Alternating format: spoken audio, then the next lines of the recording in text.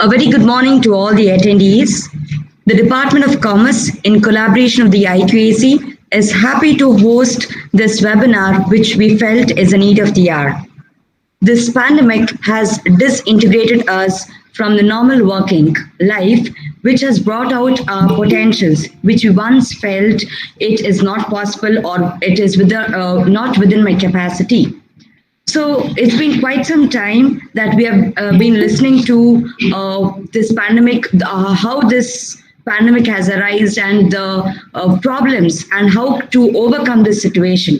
But today we would be having two boisterous speakers who would be dealing with the beauty of pandemic. Before we go to our speakers and listen from them, I request our Principal Reverend Father Michael Santamayor to welcome all the attendees.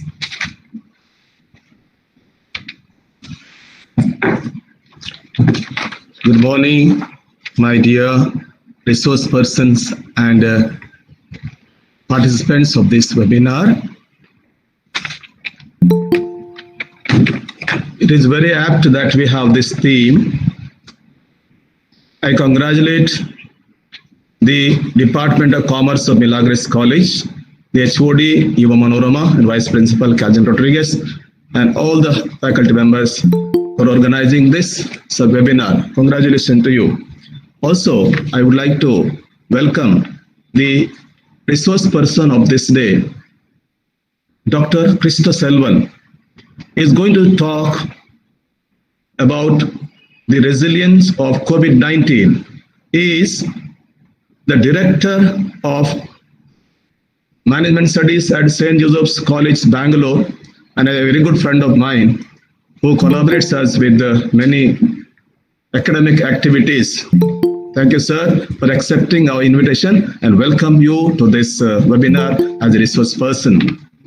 We have our another friend and a great person, Professor Manoj Lewis, who is always a cheerful and very elegant person, a very good orator, Professor of Government College, Kabur. He is going to speak about the other side of COVID-19. And welcome all the participants. Wish you all the best. God bless you, and especially during this COVID situation.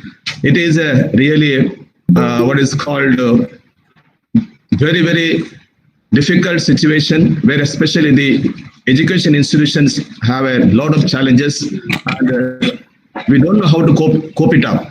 I'm here. There's some suggestions from these two resource persons. Welcome one and all. Welcome. All the best.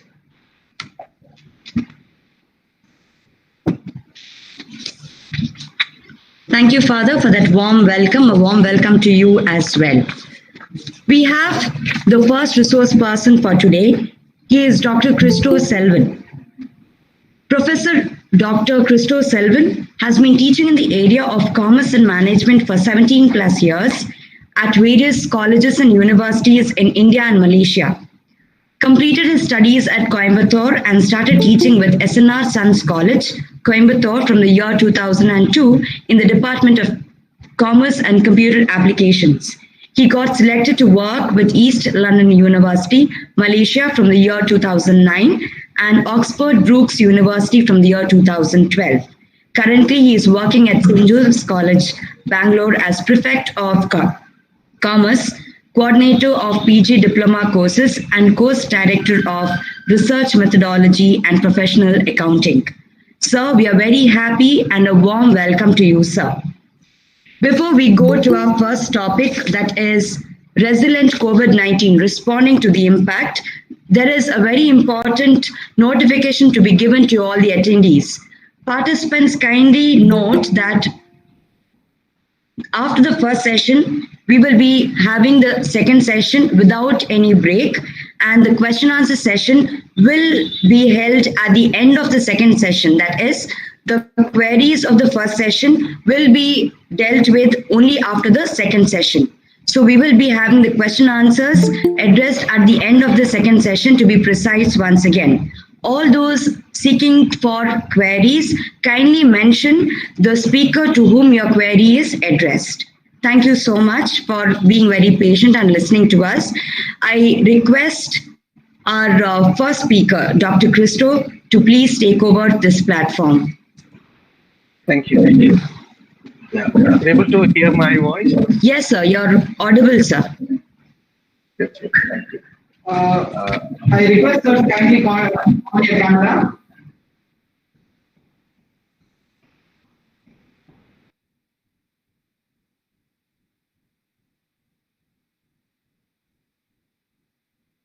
I'm sharing my video. Is the presentation okay? Would you able to see my presentation? Your presentation is not seen, sir. Okay, Presentation is not seen, sir. just a minute. Okay. Okay.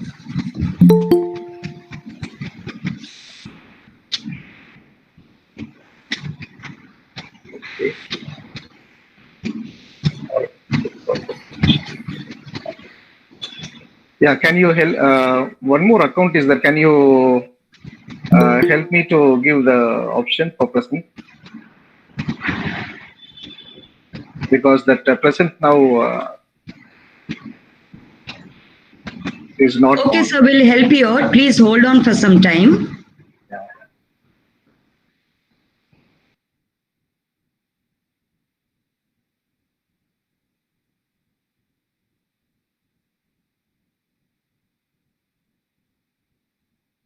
So, yeah, because that present now button is not on.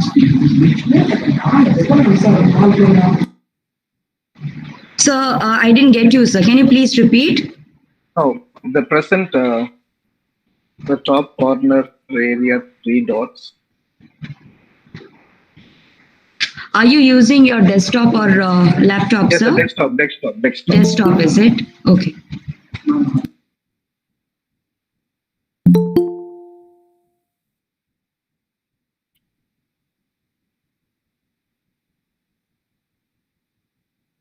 I just texted from my desktop. Okay, sir. Okay, sir. Just want access for that one. Okay.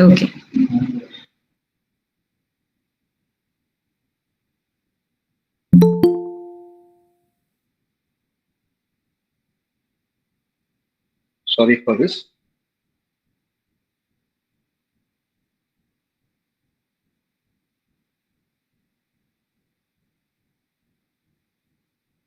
Yeah, thank you, Yashwardhan. But this is from desktop. Thing that access to be given. Sir, if you're not able to share your screen, you can email it to me. Then I can do it from here. Hello, Krishna sir. Yeah. On your desktop, there is something called present now. Please. Yeah, but that is not on. That is that access is not given. Sir, that one disabled. Is there any way to ask permission to mail us immediately now? I think the host is the one who should give you the permission to be able to share. Yes, sir.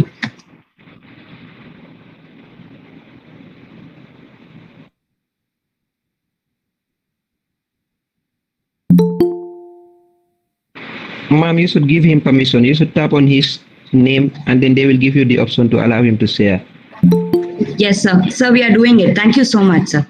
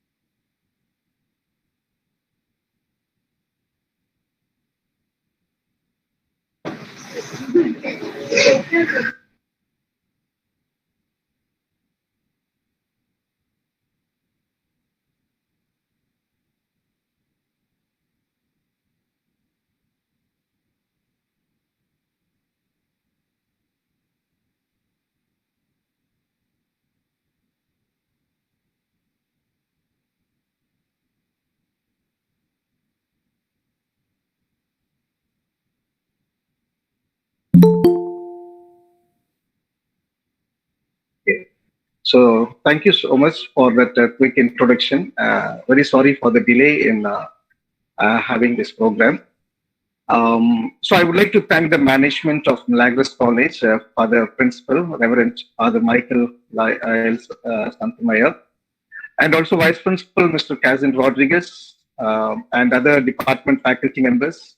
Thank you so much for inviting me to speak on this an important topic as it's now, because we know that we all started thinking about this particular topic, and every college had started having webinars and different discussion forums and conferences, online conferences, meetings, and all on this same topic, COVID-19.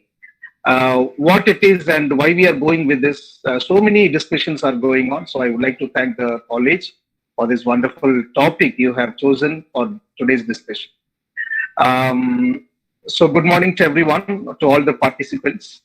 I hope I could able to share my understanding, what I went through for the last 1 year. Like you, I would like to share my concerns, and also I would like to share my knowledge in this particular topic, resilient COVID-19.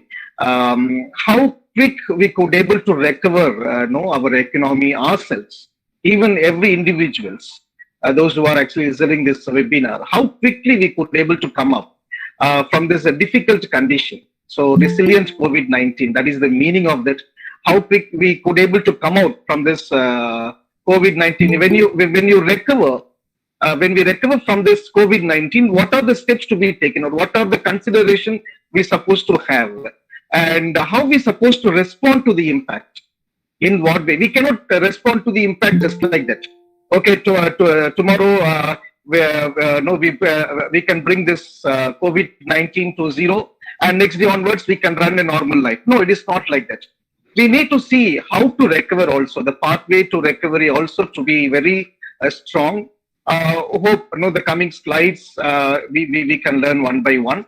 It's a very unfortunate situation. Unfortunate situation around the globe, not only in India, even every country. Even last week, the North Korea was the only country not affected by.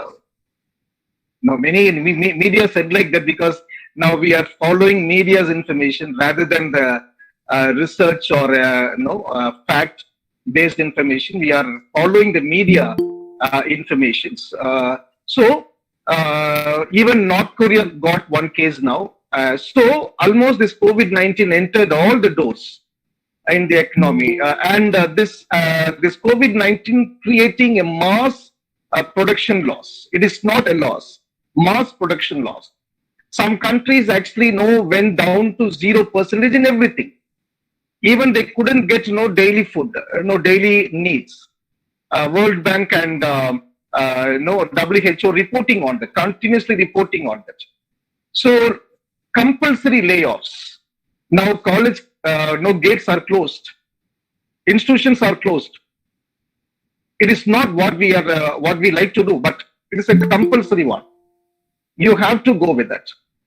And people moving back to their places, from country to country, they're moving back from working place to their hometown. We know about the migrants, how many kilometers they walked from the places, actually from the place they worked. Huge financial crunch in almost all the sectors. Banks out of cash, bankruptcy. For in companies, ATM out of cash. Even our personal pockets out of cash. People started losing hope, and we are the generation actually we are witnessing now. The only hope we have this is this temporary shock doesn't become permanent shock. The only that somehow in some corner or in some point we will recover. As we know, every tunnel has its own end, and there is a light to lead us. So that hope we have. The thing is, the serious part is, if we are not controlling this coronavirus or COVID-19, this pandemic, then we need to see a huge negative impact in all kinds of economic activity that affects even the least person of the country who is well settled now, maybe in the month of July.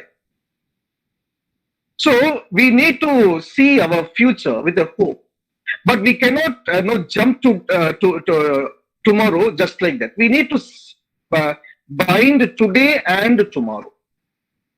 Especially, we need to find a way to support poor. If you see the IMF and World Bank reports and all, the only the layer not affected by this coronavirus. Not affected means not that much affected is middle income people. The lower level income people already affected like anything. Who have become the higher level income people, they lost their jobs. So far, their income is every month 1 lakh, 1.5 lakhs, 2 lakhs, 2.5 lakhs. Sometimes 5 lakhs. But the company closed.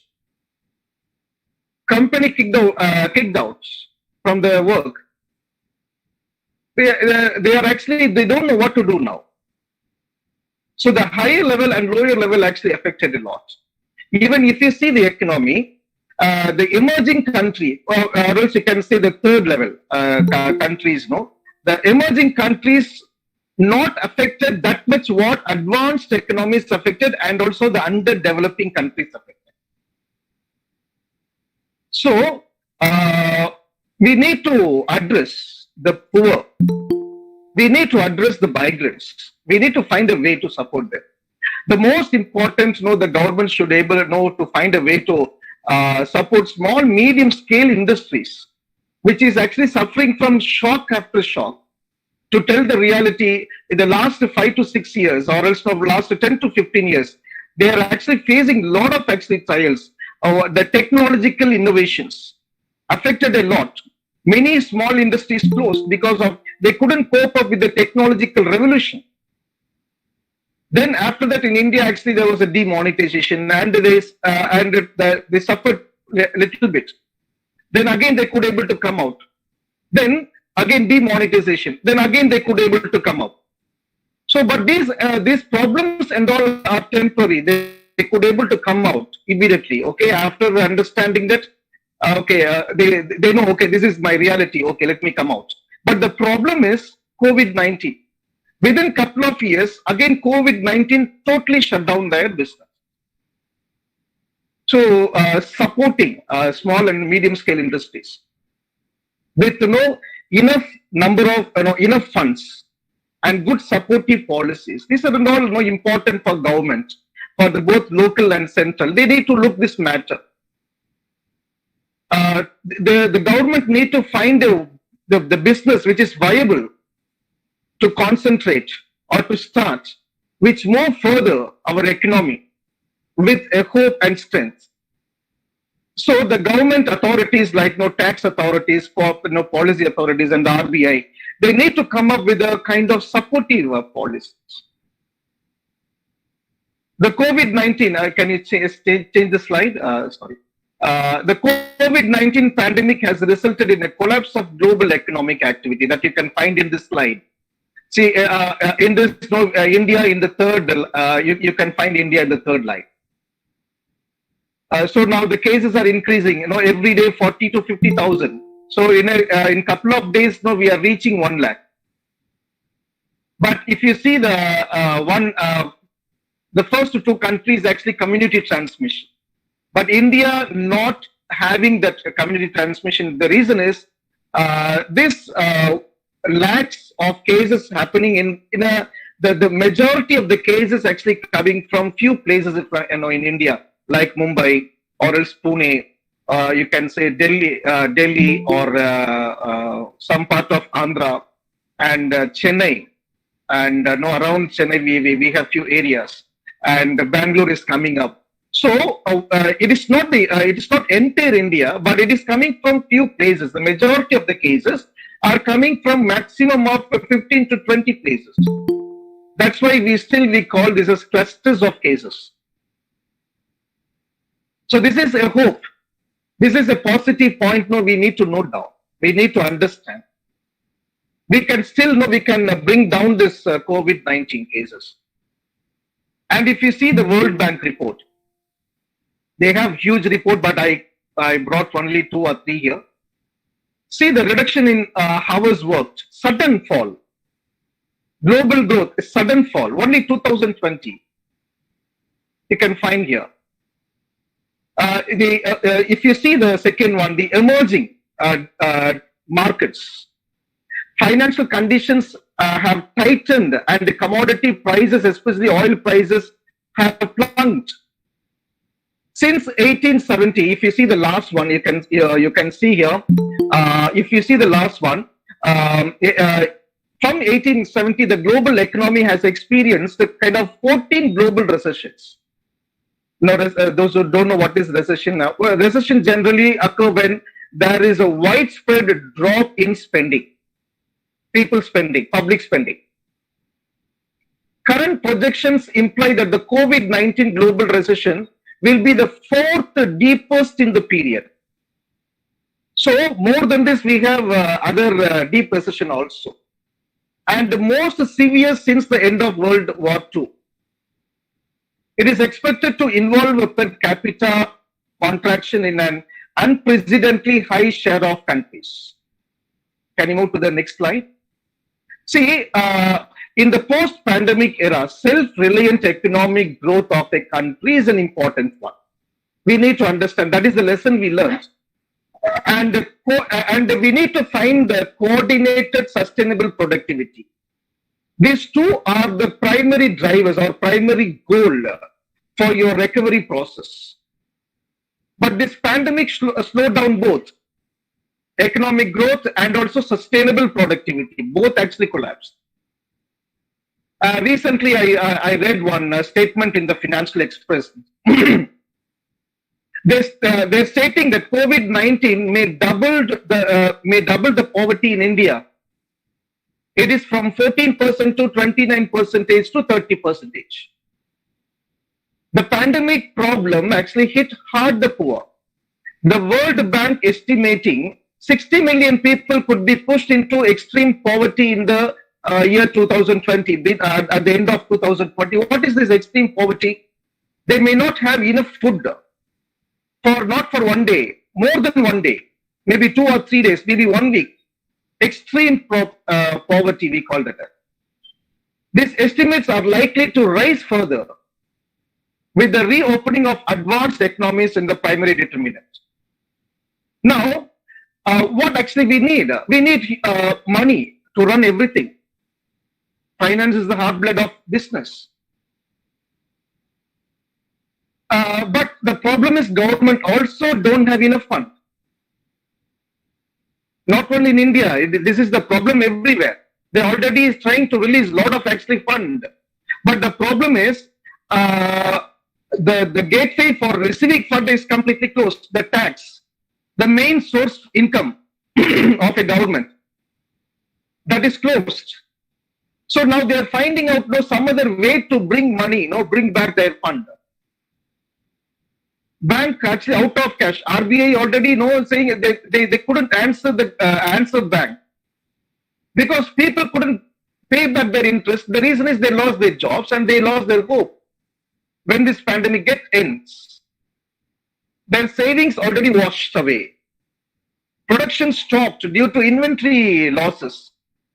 Huge logistics problems throughout the world. Transportation closed, the borders closed. State borders closed. And also you see import-export actually stopped. Inflation and decline in purchasing power, it is increasing trend. That is an increasing trend. But the human era having some hope in their heart to move forward. We have to. But we cannot look back 19th century or 18th century, okay, what they have done and what kind of strategy they followed. I cannot implement those strategies or plans. Or else I cannot go back to 2000 or 2005 strategy and plans. Because all these problems or projections planned already failed in the market. If you, whenever we teach students, we always ask them to go and see what companies are projecting future. How they are projecting future. They have 5 years plan, 10 years plan, 15 years plan. Even government also had no huge plan. All the budgets, what we are going to do next 5 years, what are the technologies we are planning to implement, huge plan. But what happened after this pandemic? I would like to highlight one point here, my dear friends. See, in India, in the month of March, the lockdown lifted. So the government said, okay, we are going for lockdown. Within 1 month, even big businesses collapsed. It is not 5 years or 10 years or 2 years or 1 year. Within 1 month, all the business collapsed. What could be the reason? Where we failed. We teach no working capital managed to our students. Asset minus current assets minus current liabilities is equal to working capital. We know about the current ratio. Simple one, simple understanding. Current ratio. What is the current ratio? To meet out short-term obligations. Whether my company is able to meet out any short-term problems, short-term obligations, risk in the future. Big companies having no brilliant auditors, brilliant planners, brilliant actually fascinated managers, but they failed within 1 month. They couldn't save their company within 1 month. They couldn't come up. They told the employees face to face, sorry, we are lost.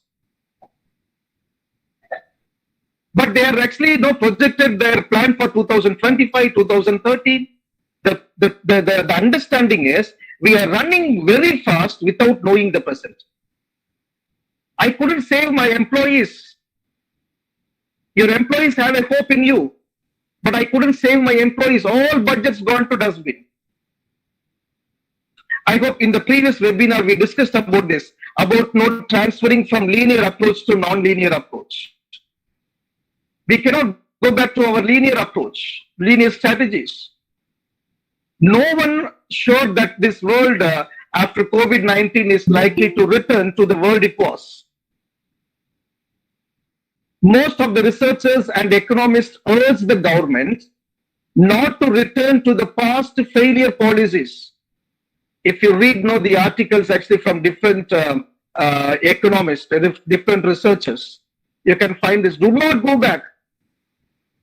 Take the understanding and run forward. After World War, the government actually, that was the deepest recession time. The government came up with new policies. And the policy makers are very brilliant. Decision makers of the company and also the public also could able to understand the reality. That's why we could able to come out from the shock somewhat, not immediately, but in the meantime we could able to come. Can you go to the next slide? Here you can see this is the market capitalization decline in India. This one I got from S&P, yes, S&P Capital. So if you see here, almost all the companies, media, lending, real estate, automotive, energy, software, insurance, everything collapsed. But see the consumers, non-durables, includes cosmetics, cleaning products, food, groceries. So there is no, it is zero. Means there is no positive growth and also there is no negative growth. People could able to buy their regular needs. They have to survive. But if you see the pharmacy, the last one, if you see the pharmacy and biotech, it is actually the growth is happening now. In the health sector, the things are happening now. So this is the current understanding. I couldn't get for in the month of June. I got only up to month of May. Can you move to the next slide? If you see the past, as I told you previously, see, we need to take some lessons from our past. Okay. Okay. We need to take some lessons from the past. The lessons from 1918 were severe. If you can see the 1918 swine flu, the first response given to the health sector is to control the disease. To control the disease. Now also that is supposed to happen. before bringing up the recovery, before taking the step for recovery, try to control the disease spread. See, the reason why the 1918 pandemic resulted so many deaths, the main reason, because people caught the disease in the first place. That is the main reason. They were exposed because of policymakers failed to stop the spread. What happened? People know they forced employees to start working. Now also that is happening. They forced those employees to work for the company, and without knowing that flu, people started working and they spread to others. Then the entire the production center closed. The same thing happening in 2020 also. We need to understand this from our past. Second one is about the information spread. Asymmetric information always spread during the pandemic situations. Disinformation campaigns are going on. This actually brings terrible consequences as we faced in Iran. The third one is, we need to have a balanced or leverage action against both economic and human consequences. The pandemic is both a shock to demand and supply. Just as a disease is highly contagious, so to the economic crisis it causes. See, if you close down the entire region, okay, or if you close down your country border, then there is no doubt it leads us to recession. Recession is a kind of a period, a temporary economic decline during which trade and economic activity are reduced. And also we need to see the emergency lowering of interest rates. Lowering interest rates for the public and the businesses. This is okay, but that won't give that kind of positive result to bring back our economy after COVID-19.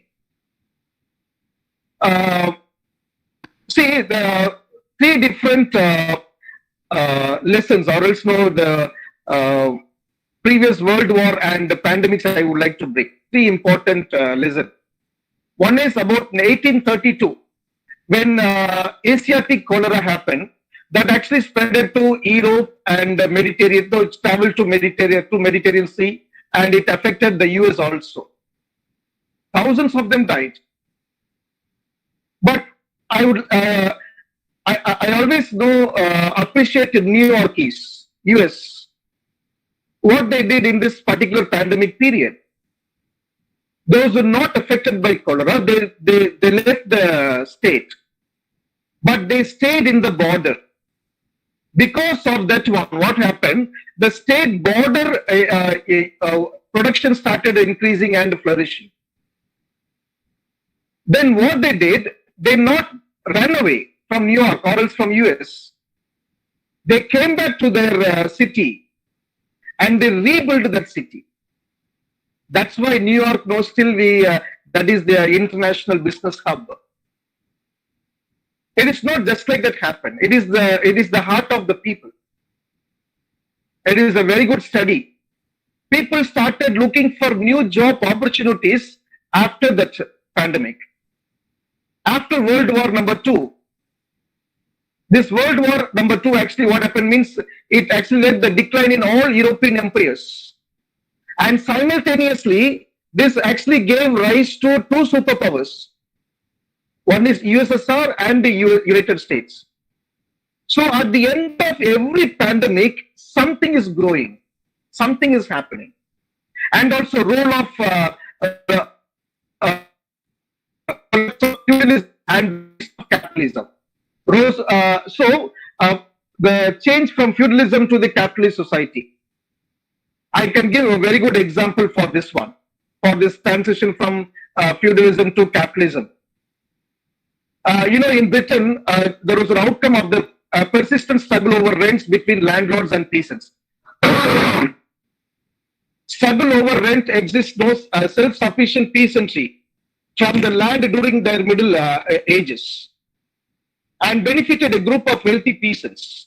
The change generated a large population of dependent wage earners who had to buy most of the requirements of the market, ultimately gave rise to agrarian capitalism.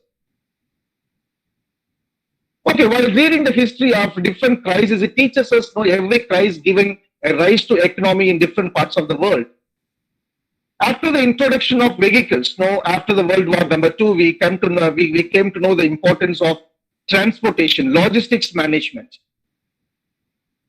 Because of the rise of logistics, the importance of petroleum products also increased. That actually gave rise to the Middle East countries. The oil prices rose to new heights. Most states in the Middle East benefited from the heightened revenues. And this rapid economic growth in the Middle East was accompanied by dramatic gains in the number of social indicators. For example, infant mortality was halved. The huge development also. Sorry, okay. The huge development also not leaked. Yeah.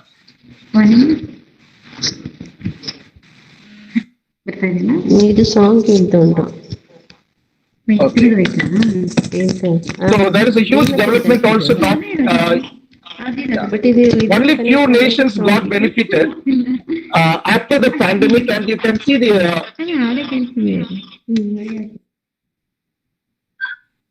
Thank you so much. So other few nations got benefited, and others went into political confusion, and many countries went into extremism. Some of the countries went for wars. You know what happened for Iraq and Syria and all, and some parts of Africa also. And the financial crisis and many other issues. Pandemics or wars or epidemics, whatever it may be, gave way for few parts of the world to develop and a few parts of the world to depend on them. But at the same time, remember one thing, they are all interconnected. We are all interconnected. I would like to thank the import and export management. I would like to thank the import and export management. Okay. See, the trade started moving from one place to different countries. So because of this movement, the countries started depending on others. Because of the G20, all this happened in the last 100 years. G20, ASEAN, G8, BRICS, and many other professional bodies are there, or else the group of countries. They are doing what actually they do. They take policy coordination to bring the global economic stability, sustainable growth, to create a new financial architecture. So this and all happened in the last. From the past. I can list out many other lessons also, but some beautiful lessons are there from our past experiences. We move to the next one. What we need to understand from COVID-19 is most important because that is the one we are experiencing. Without knowing the past and present, moving towards is a dangerous one. We need to know where we're supposed to move because, see, today, we are trying to come out from this COVID-19. Okay, I came out. But suddenly, if anything happens in the year 2022, if anything happens in the year 2023, are you ready to face? Whether can you go for one more lockdown? So that is the reason I'm telling, we need to know what failed us in the past, what lessons we have in the past. And what we have today, what is in my hand, what kind of technology understanding, what kind of digitalization understanding I have, what kind of growth understanding I have, what kind of global economic understanding I have, what kind of interconnections I have. You cannot run in your own. That is that is the most important lesson I'm bringing today. The COVID-19 actually recession is there as the fastest, steepest downgrades in the consensus growth. Projections all global recession since 1990. This is the worst. Jennifer Morgan, and she is a director of Greenpeace International. She is actually telling that this COVID-19 gave us a chance to step back. This COVID-19 gave us a chance to rethink where the world is supposed to be, where the human era is supposed to live in. We were in a new world setup, a new world order after World War II, like this.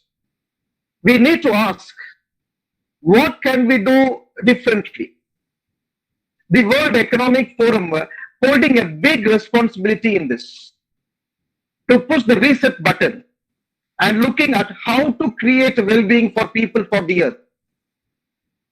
With the amplification of our trends, the realities of this crisis have triggered a reconsideration of several beliefs, with possible effects on long-term choices for the economy and the society. The result actually don't think that only in the technological advances. The result actually should be in the health and safety.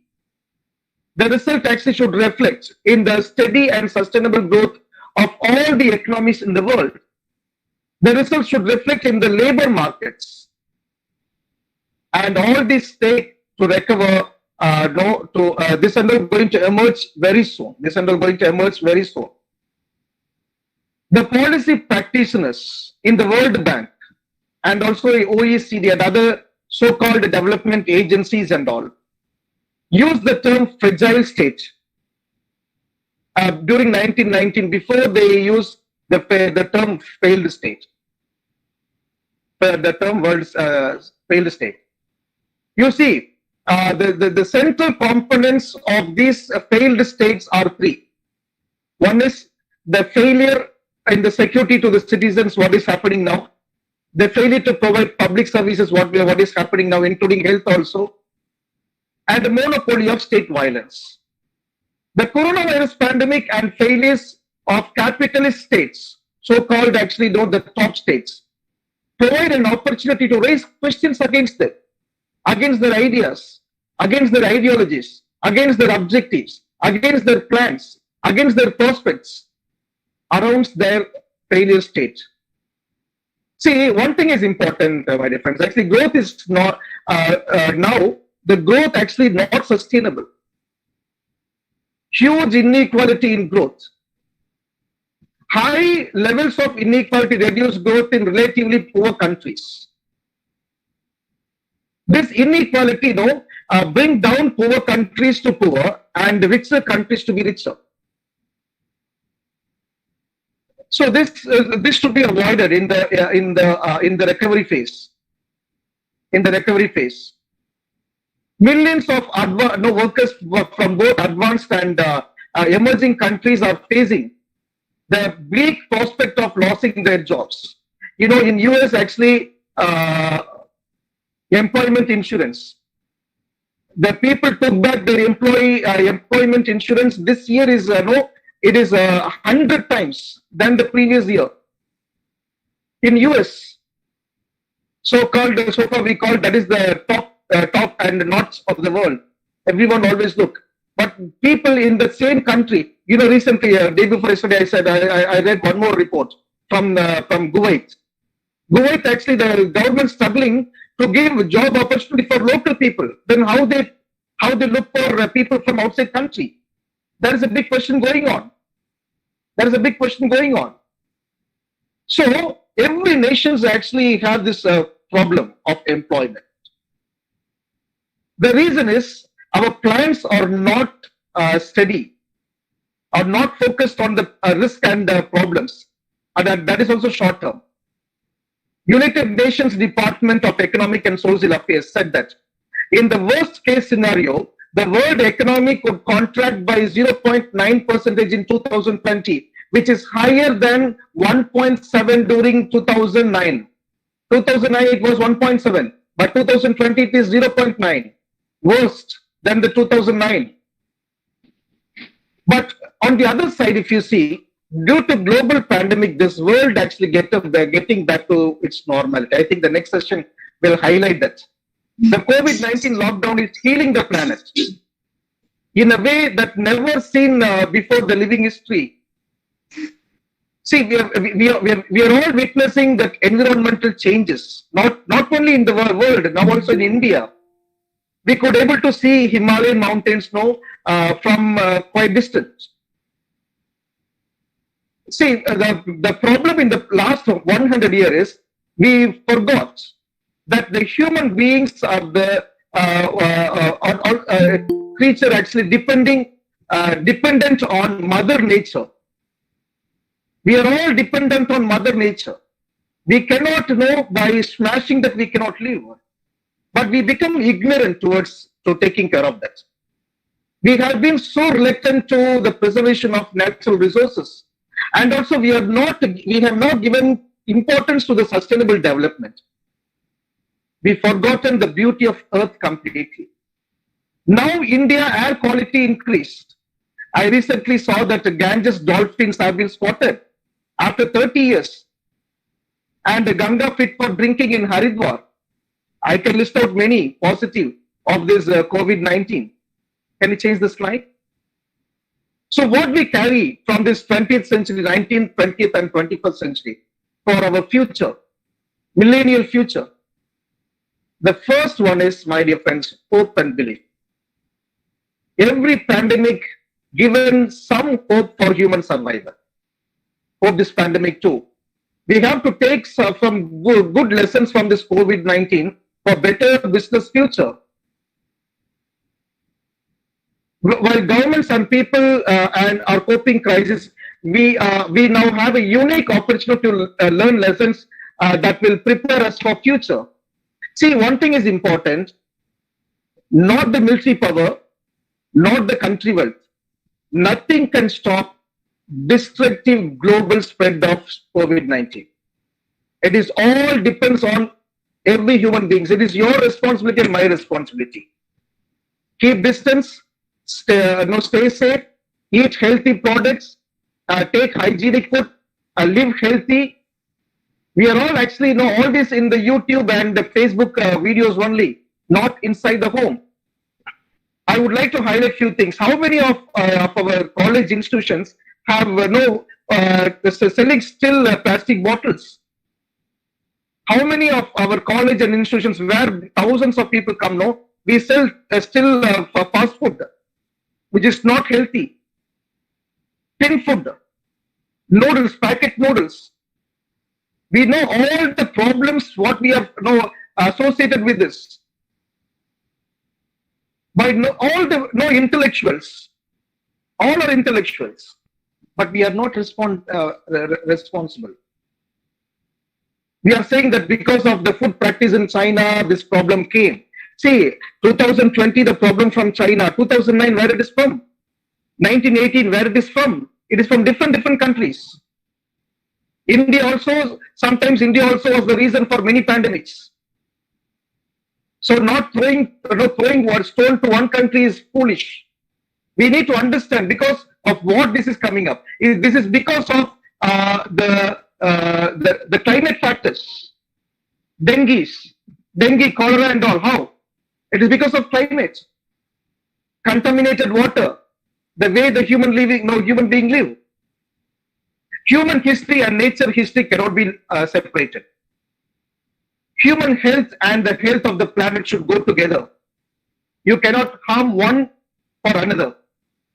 The pandemic is a strong reminder that ignorance science carries steep cost. For a long period, scientists warned about infectious diseases. But we never worried about that. Especially after the recent outbreaks of Ebola, SARS and bird flu. And one more point also I would like to carry from this 2019 and also the 21st century. That is, global threats need global collaboration. Former UN's General Secretary, I think, Kofi Annan, referred to climate change. He was actually speaking on climate change for many years. No one worried about that. He was talking about diseases from from certain areas of the country after Ebola. No one worried. We are all busy with economic development, GDP development. We worried about, he talked about terrorism. These three, climate change, diseases and terrorism, are problems without passports. You cannot stop these three in the country border itself. It will enter if we are not alert. We need a global cooperation, global stewardship, and stronger cooperative bonds across the countries are become necessary. Commerce Commerce has long acted as a bridge builder between nations and connecting cultures and people. So remember again I would like to point out this, so not by the military power, but by spreading knowledge, by having mutual understanding between the countries, by sharing economic benefits between the countries. Only with that, you can bring down any kind of crisis and pandemics. Commerce is one of the bridge builder between the nations. Measures of economic reactivation should follow job-rich approach. This job-rich approach should be supported by stronger employment policies and institutions. This one better resourced and comprehensive social protection systems. And the last one I would like to take from this 2019 and 19th century and 20th century is sustainable economic growth. The growth which can be maintained without creating other significant economic problems. Most importantly, not creating problem for future generations. Now, even Bangalore, we know, all the state in India, we know. How many rivers we had before, where they are. Water resources, we close to that. Many farmland farming land becoming actually trade land, business land. We need to see the growth in the economy without disturbing the future generation. Next slide. So now I'm thinking like this, whether do you think that this understanding of past and present withheld post-COVID-19 understanding? I don't want to show some of the videos because we have less time. Another 10 to 15 minutes, I would like to close my talk. What is important to the government? What is important to the public? One small suggestion I'm giving here. Plan for a long-term solution, not for a short term. Okay, we want to come out from this COVID-19, I understand, but do not run for short term. Plan for a long term. In that long term, you see whether I can survive in the short term problems. Working capital management, again, I would like to bring that in the business side. In India, that is the saddest part for me. It is actually, I'm very worried about that. Business couldn't stand for 1 month. March we closed, and April the complete business collapsed. Yes, it is unfortunate we stopped the production, but don't you have your retained earnings? Where is your profit for last 50 to 100 years? Can't you save your employees?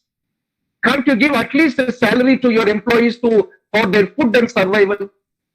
Instead of that, what companies did, they sacked the employees. They told them to leave the company. I have many stories, not only from India, throughout the world. I have a lot of facts and figures. One thing is important. You can grow. Yes, you can grow to the peak of the world, but do not forget this, my dear friend. I would like to bring back to our Maslow's theory of motivation. What is that? It talks about the basic needs: psychological needs, safety needs, social need, esteem and self-actualization.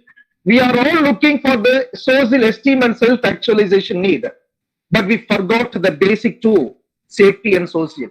What is that safety and social? Health, food, and your job, security in the society. These four are important. Without this, a human being cannot live in this world. Maslow's theory of motivation is the basic. We need to start from there again. We need to give importance to the essential services that need to be provided in terms of healthcare, education. We need to find out a way for good governance, corporate governance, and a social safety that cannot be compromised. IMF actually says that the world not responded to the climate change or awareness. They're worried about the development, but not the balanced development along with the climate change response. They're not worried about the eco-responsibility. So I'm working in Bangalore. Inside the Bangalore, even if you move out 100 kilometers from Bangalore, you can feel the fresh air. So it is not about the business growth. Somewhere we failed. We need to see that. There is no equal opportunity to everyone, to all the countries. We need to bring back that. Global cooperation is important.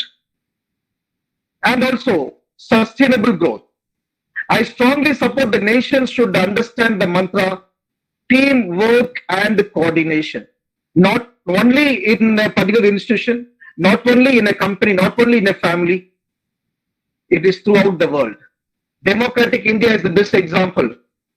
Without transparent, peaceful commitment and strong support between the states of India, you cannot run the central government. Because we are interconnected. From Tamil Nadu to Kashmir, we are all interconnected. We are one. We are one state. That understanding we need to have for the globe. It is not about US, it is not about Africa, it is not about India. We are all one. That understanding, we should grow together. It is not one country growing faster and another country following their feet. We need to grow together. Every country now we are trying to find out the vaccine for this COVID-19. What is happening? My country first. Every country running like that. That is not healthy politics. We are running. That understanding should be there. I don't know when it will come. That is the end of all the pandemics, what we are going to face in future also. We need coordination and mutual understanding between the countries. Can you go to the next one? With industries, transports, and malls, here you can find how actually global economy and advanced economy and emerging markets are moving. If you see this one, emerging markets going to impact the future. India is also one of the country which is coming under emerging markets and developing economies. Advanced economies and global economy you can find here. So emerging, so India also going to do better in this. Can you go to the next slide? This is the hope we have for India. Next slide. Yeah, thank you. So with this, I would like to close today's discussion. So with industries, transport, shops and malls shut, the economy came to a dwindling halt in India from the end of March. You know that the domestic consumption, 50%, 57% of the GDP, almost wiped out. The revival in consumption, meanwhile, we are driven by discretionary as well as the non-discretionary spending. What is this non-discretionary? It is the investor decides on what trade to make. Non-discretionary spending refers to things like groceries and other essential items. Very happy that this area is not affected or not unharmed during the lockdown. And as the uncertainty surrounding income and job reduces, economists actually still believing that some people will be able to raise their discretionary spending on non-essential goods. I would like to bring one more, you can find in the slide, Sunil Kumar Sinha. Actually, he is the principal economist at India ratings. And he's actually saying that the sale of clothing and consumer durables like refrigerators, air conditioners, may revive during the December quarter, maybe in the month by December, financial year 2021. And also he could able to bring this fact, automobile industry sales also going to rebound after the month of, maybe in the month of November. Because people started losing their hope in traveling public transport. So they may afford the private transport. They would like to buy a new vehicle. So that is a hope for automobile industry to come up. So that actually gives smooth recovery in the labor markets in terms, because if one industry start developing, the connected companies or industries also start moving up.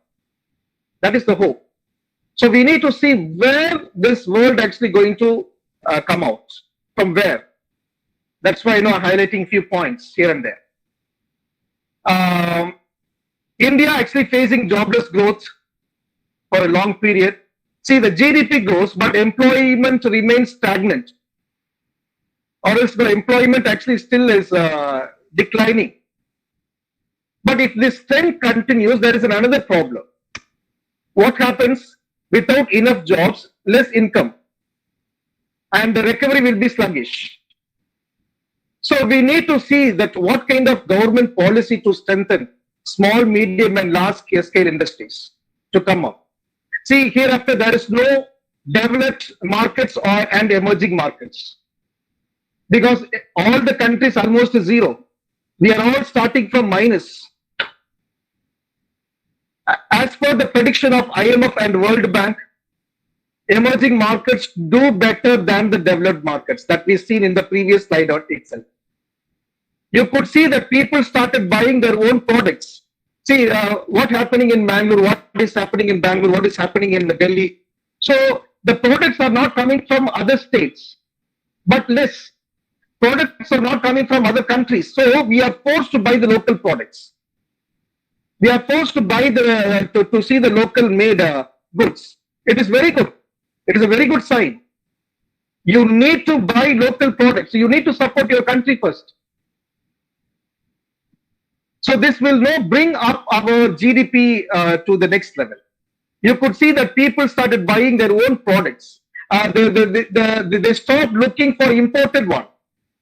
If this continues, GDP improves strongly and healthy. That's why our Prime Minister Narendra Modi also told India like to become self-reliant. It is an important tagline, I will tell you. Do not think that is from a party. It is important. You need to be self-reliant. So local production is likely to increase. This will impact the manufacturing sector. The emerging markets, trade, finance, and working capital, and the policies of the government should actually framed accordingly to bring up this to bring up better recovery. Resilient, yes, possible. It is 100% possible. This is happening already now.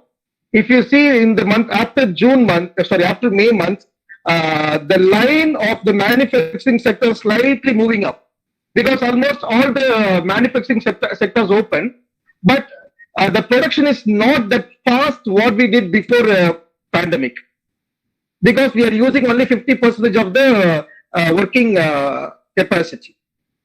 So I'm very happy that the human era actually started thinking about this. But one thing is important: do not forget the Mother Earth.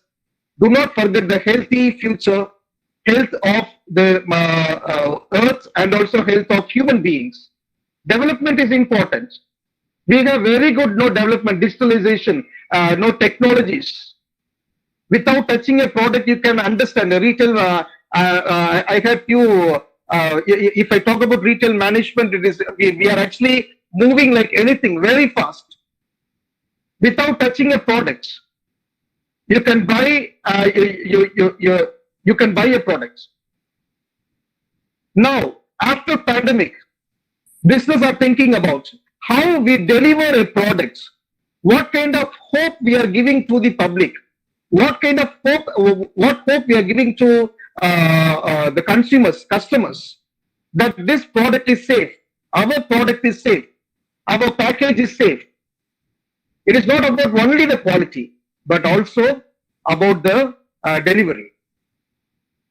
So the technology is actually helping the manufacturing sector to think about this. To limit the harm, it is important to secure core public services, maintain a private sector and get money directly to the people. The pandemic and economic shutdown in advanced economies and elsewhere are hitting poor, so we need to concentrate that area also. Food supply, education crisis. We are now going for education crisis. I don't know how many of us are actually talking about this. See, students from low cities, students from better towns could able to access webinars, able to access online classes, by using technologies. Just imagine about the poor people. Just to take the rural villages. You go to North India, you go to Northeast India. No tower, no internet, no technology sources. This kind of inequality we need to address. So the growth is inevitable, but see whether are we growing together? Are we growing together? So with this, I would like to close my talk, and later I come and address your questions. Thank you so much. You can move to the next one, please. Thank you.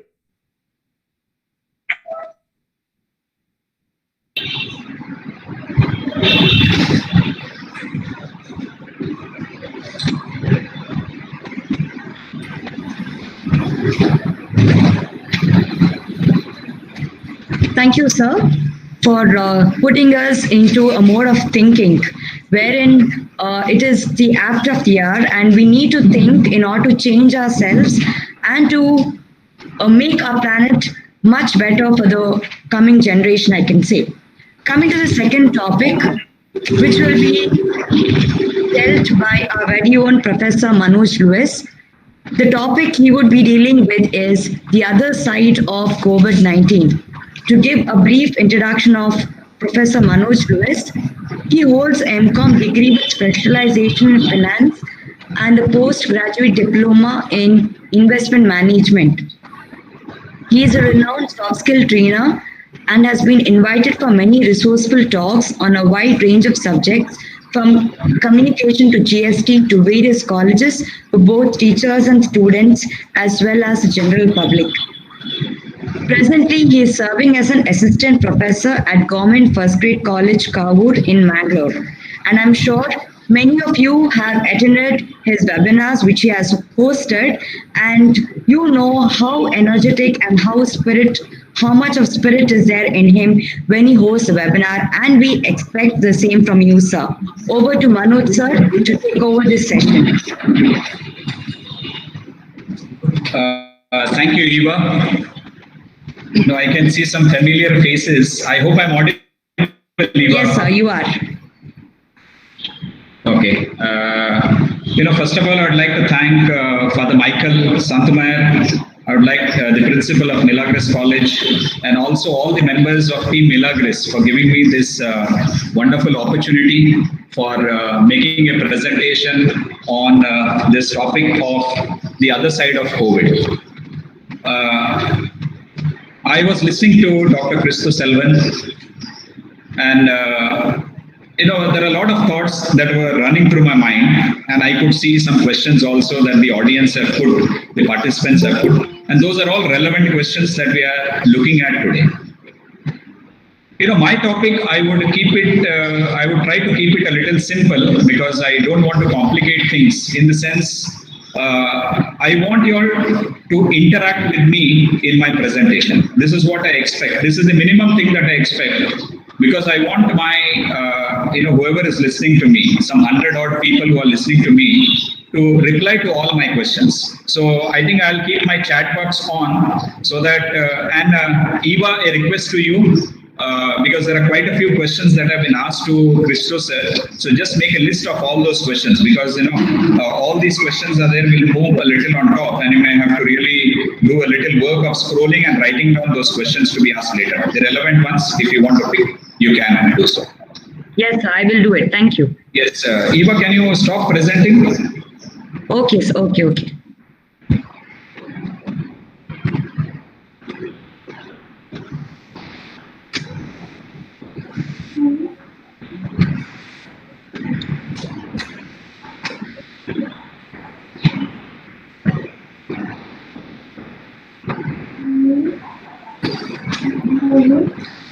Yes, the topic for the day, the other side of COVID. Now, as I said, I will keep my presentation pretty simple because I don't want to. I hope my presentation is visible.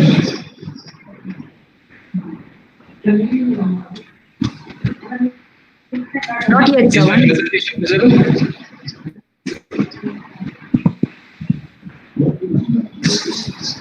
Yes, sir, it is. Yes, so I think I can go on. I can go on with my presentation. The other side of COVID. Few people may be watching at my screen and seeing what's going on.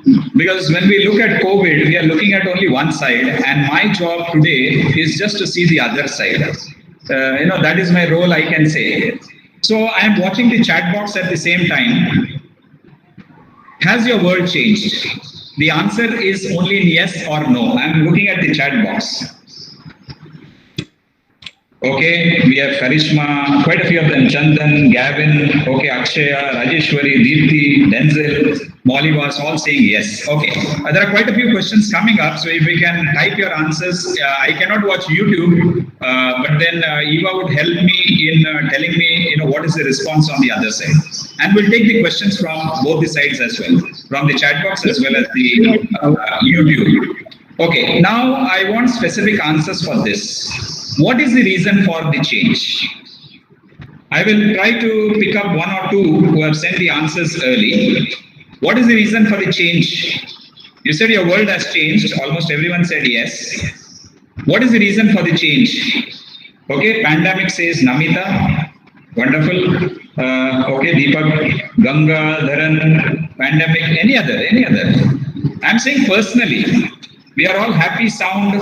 Rita says COVID-19 lockdown has changed her world. Okay, wonderful. Dr. Purushottam from Yadgir also says pandemic. Good. Now, if I ask you a question, is it changed for better or for worse? Home quarantine, says Gavin. Okay, there is realize myself, change in schedules of the day. Better, quite a few of them are saying both. Okay, Sharmila says both. Teaching my child and others through online classes, says Rashmi De Silva, wonderful. Okay, so both change for better. That is what is, improvement. Okay. Now, I would like to, say one story, which I don't know, when I come to Milagres College, I normally have to say this story. Okay, I'm waiting for the answers as well. The next screen. This is about a jungle. Can you tell which is the tallest animal in the jungle? I'm waiting for the answer. Wonderful, giraffe. Very good. Okay, the heaviest? Only 2 or 3 answers. The heaviest. Okay, wonderful, elephant. The fastest? The fastest animal in the jungle. Okay, I think this requires a little thinking, I believe. I'm watching the, your replies over here. So possibly that's the reason I'm not looking at the screen proper. Okay, cheetah, says Mollywas. Wonderful. Jitin also says cheetah. Karishma says cheetah. Divya Bharti says cheetah. Very good. Which is the wisest animal in the forest? Wisest. Okay, someone says deer, zebra, fox. Okay, Dr. Purushottam says fox. Floyd says fox. Okay, the results are so quick that your messages are moving on top. So the tallest is giraffe. The heaviest is elephant. the fastest is cheetah, and the wisest is the fox.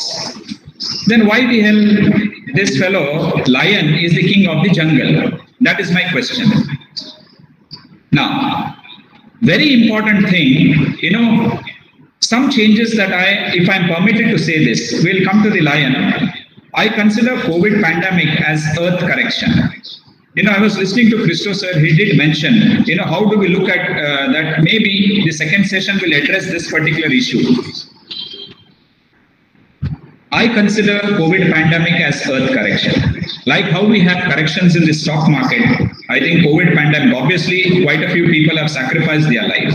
He did mention, if you move out of Bangalore, the breeze, the greenery, the environment is so beautiful. Similarly, when you go out, you find, such a cool, calm atmosphere, no vehicle sounds for the last 3.5 months. Correct? But unfortunately, all are wearing masks. We are not able to enjoy that, that clean air, the clean energy that we have. So I have mentioned it, I have written a waiver statement there, if I am permitted to say this. There is problem with the earth and it's time for us to correct that particular thing. Okay, coming on to this particular story. Let's go back. The tallest is not the lion, the heaviest is not lion, the fastest is not lion, the wisest is not lion. Then why is lion the king of the jungle? Basic question we ask. Yes. So when we say lion is the king of the jungle, there should be some personality traits. Dominance and power, says Mr. Yashwardhan, perfectly agree. Capacity, wonderful, Divya Bharti, I really appreciate it. Why is lion the king of the jungle? Courageous, says Rita, wonderful. I'm very sorry, those who are on YouTube, I may not be, okay, like PMs and presidents, they are made leaders, says Priyan. Dr. Purushottam says capacity, even Gangadhar has same thing. Dr. Kalpana says strong, wonderful. Okay, let's move further. Strong, okay, self-confidence, wonderful. So why do you think is lion the king of the jungle during present day? Who is the king you think at present? Who is the king at present? Is it one who is the fastest, heaviest, tallest, fittest, wisest? Who is the king of the jungle, according to you, right now?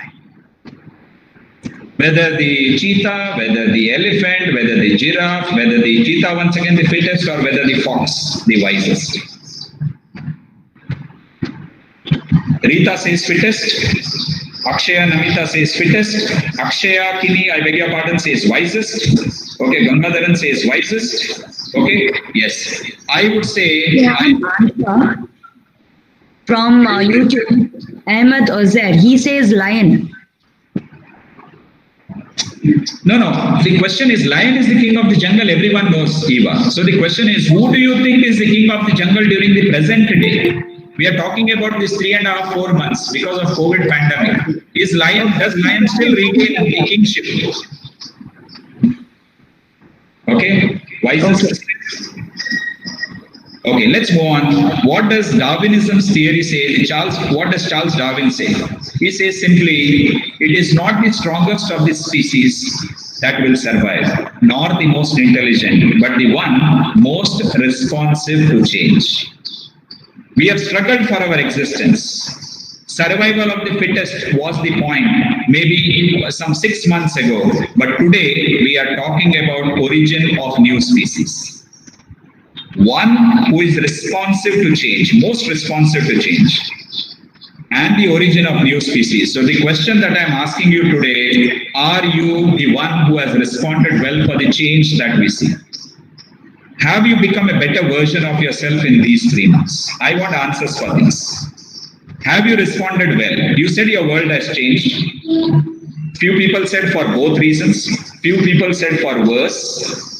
Wonderful. I'm getting a lot of affirmative answers. Yes, I have. It has changed my life a lot. I'm asking whether the life has changed for positive. Mr. Yashwardhan Pillai. Okay, there are quite a few yeses. Bhagyama, Rashmi, all say yes. Denzel says yes. Yes, it has changed. No, I'm asking, have you become a better version of yourself in these 3 months? What are the lessons learned? Christo sir was talking about, the Atmanirbhar and the lessons. If COVID pandemic, if the number is increasing, The government is not responsible. It is the citizens of our country who are responsible for increasing numbers, whether you agree or you don't agree. And remember, citizens like India are found everywhere. I can give you a clear-cut example of two developed countries. Take South Korea. A month ago, South Korea's COVID positive number of patients was almost in single digit or zero. Today it has crossed 1,000 once again. Same thing with Australia as well. So what is going wrong is the question we need to ask. Irresponsible citizen, I would say, is the answer to all these questions. Government is trying its bit. Obviously, politically, all those scams and all, let's keep all those aside. But what are we doing as citizens of our country? That is one thing. So the question I'm asking, have you become a better version of yourself in these 3 months? If you have become one, then definitely you have a long way to go in life. You will definitely be wanted, everywhere, because you are a productive person. That is what I would say. So what we need to do? What we need to do at this point of time, simply we need to be creative and we need to think out of the box. How do we think out of the box? I have 2 exercises for you all. One, you can see the background in green on the bottom left. Out of the box thinking puzzle for you. I am an odd number. Take away an alphabet and I become even. What number am I? I am waiting for the answer. I am an odd number. Take away an alphabet. Wonderful. Dipti Subaya says 7. Big Bass Jallo says 7. Wonderful. Gangadharan says 7. Okay, everyone has got that particular number. I have a small video which I want you to watch. It's on the right side. If it plays, if it does not play, I will, share my screen again and play it fully for you. Eva, you can just confirm whether the video is played or not. Eva, I hope you are listening to me. Yes, I'm there with you. Yes, I will confirm. Okay. The video has been played, sir. Yes, perfect. Is it audible, Eva? No, it isn't audible. Okay, no problem. What I will do is,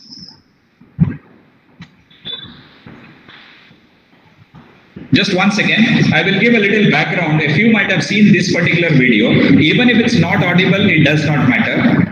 A person is putting forward tens of thousands of dollars, a challenge. You have to lift all the 7 bricks in one hand without the use of your body, only one hand. And this video is all about that. So I want you to think, before he could really, everyone loses, but before he could really give the answer, you can send a message to me on chat box.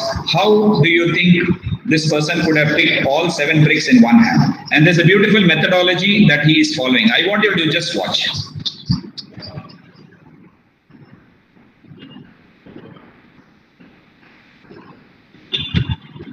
So everyone is trying. It's time for us to think a little creatively.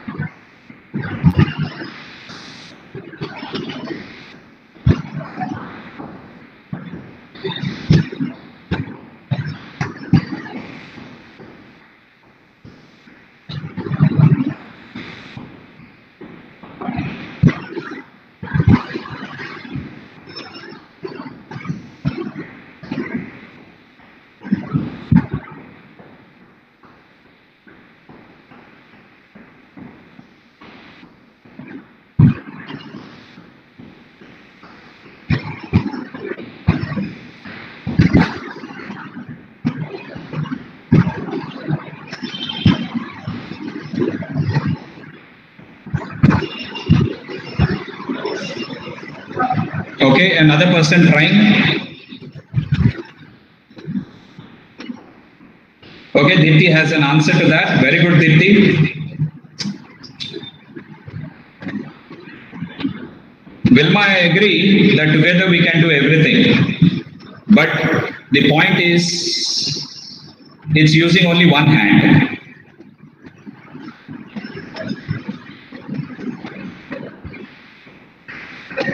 Yes, even Guru Raj has an answer to that. Okay, good one.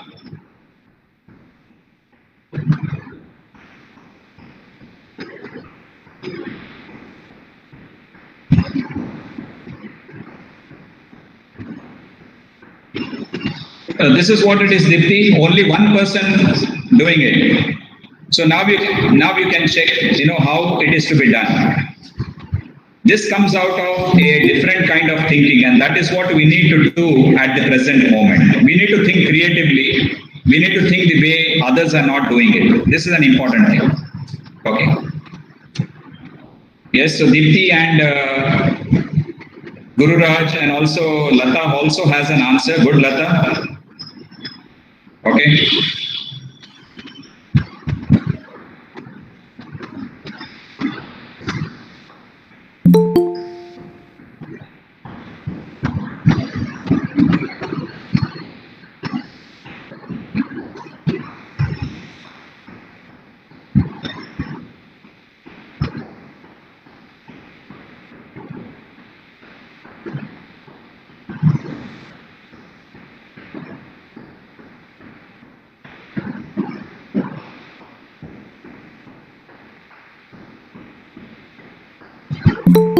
And there you see how we can lift it.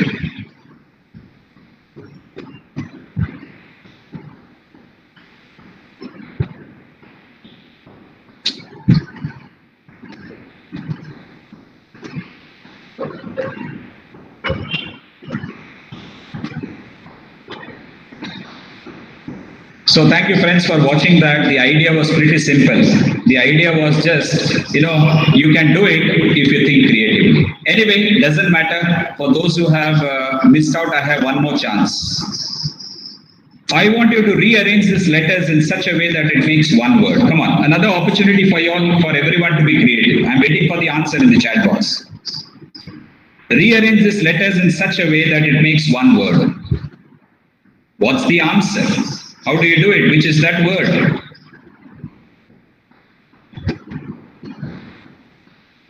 Okay.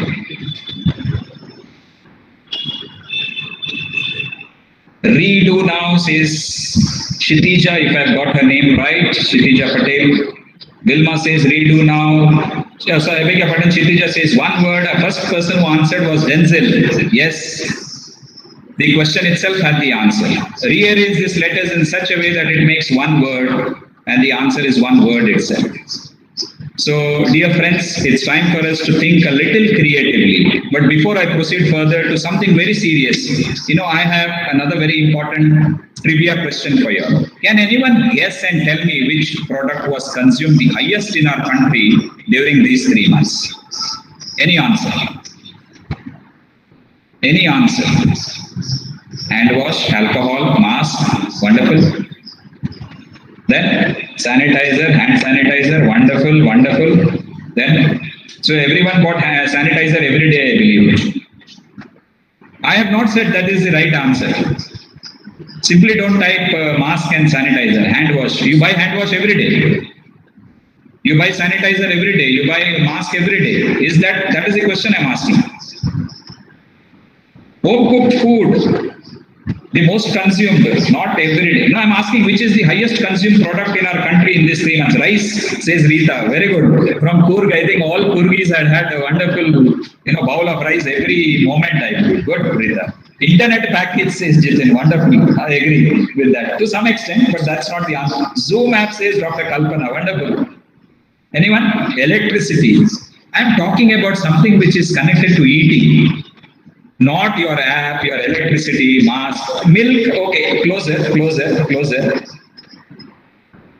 Wait due to lockdown. Wonderful. Rashmi has given me the right answer.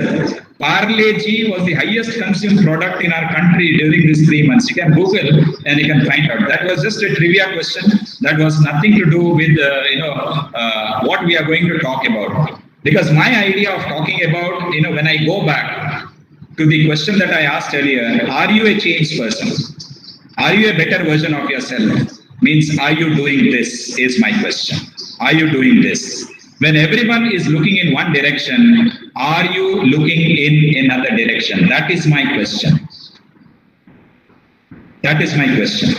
Are you this person? Are you this particular person? When everyone is looking forward, are you looking in another direction? Are you counting your blessings? That is what I'm asking today. And that is the beauty of COVID that I'd like to talk about. Let's make a short list. I'll be slightly quick in these points because I want to spend a major portion of my time of my presentation pertaining to teachers, since majority of them are teachers who are listening to me, and I would like to spend more on those 4 or 5 slides that I've prepared for teachers. Let's count our blessings. First one. Basic question. I want you all to answer. Have you observed none in the family, including children, have fallen sick during the last 3 months? Why? Children have not fallen sick during the last 3 months. Someone in Light Away said they did not go to school. What is your answer? Why children haven't fallen sick according to you? Oh, wonderful, Mr. Bhaskar Rao. Home food. Sweta says yes, very careful about food. Castle says no fast food. Okay, Dr. Purushottam says home food, wonderful. Home food, I agree, because we are all eating healthy today. Children have not fallen sick. Elderly people, grandparents are taken more care of. We are very careful so that they don't step out of the house and become a victim of this pandemic. So we are all at home. We are eating quality, healthy food at home. No junk food at all. That is the reason the children have not fallen sick. This is one major observation that I have had. And whatever I'm writing or whatever these pictures or the words that you see on the screen, I've done a little, I have interviewed all my colleagues, some friends of mine. What do you think? Let's look at the other side of COVID and what beautiful things has happened. I'm open to questions. Health has improved a lot. People are a little positive when it comes to health today. Never give up for, posters that come up for all the COVID positive patients. You are not alone. We are with you. You matter. Remember, these are all positive and good vibes that we see everywhere today. Obviously, in some places where we have seen, people have admonished the COVID positive patients. They have given a mental torture to the family members of COVID patients. Many of them have committed suicides as well. All these things have happened. But I'm not looking at the negatives. I'm looking at the positive side. So one thing I can tell you, health has improved a lot. You say yes, you say no, but the majority would simply agree with me. Yes, health has definitely improved. People have become mindful.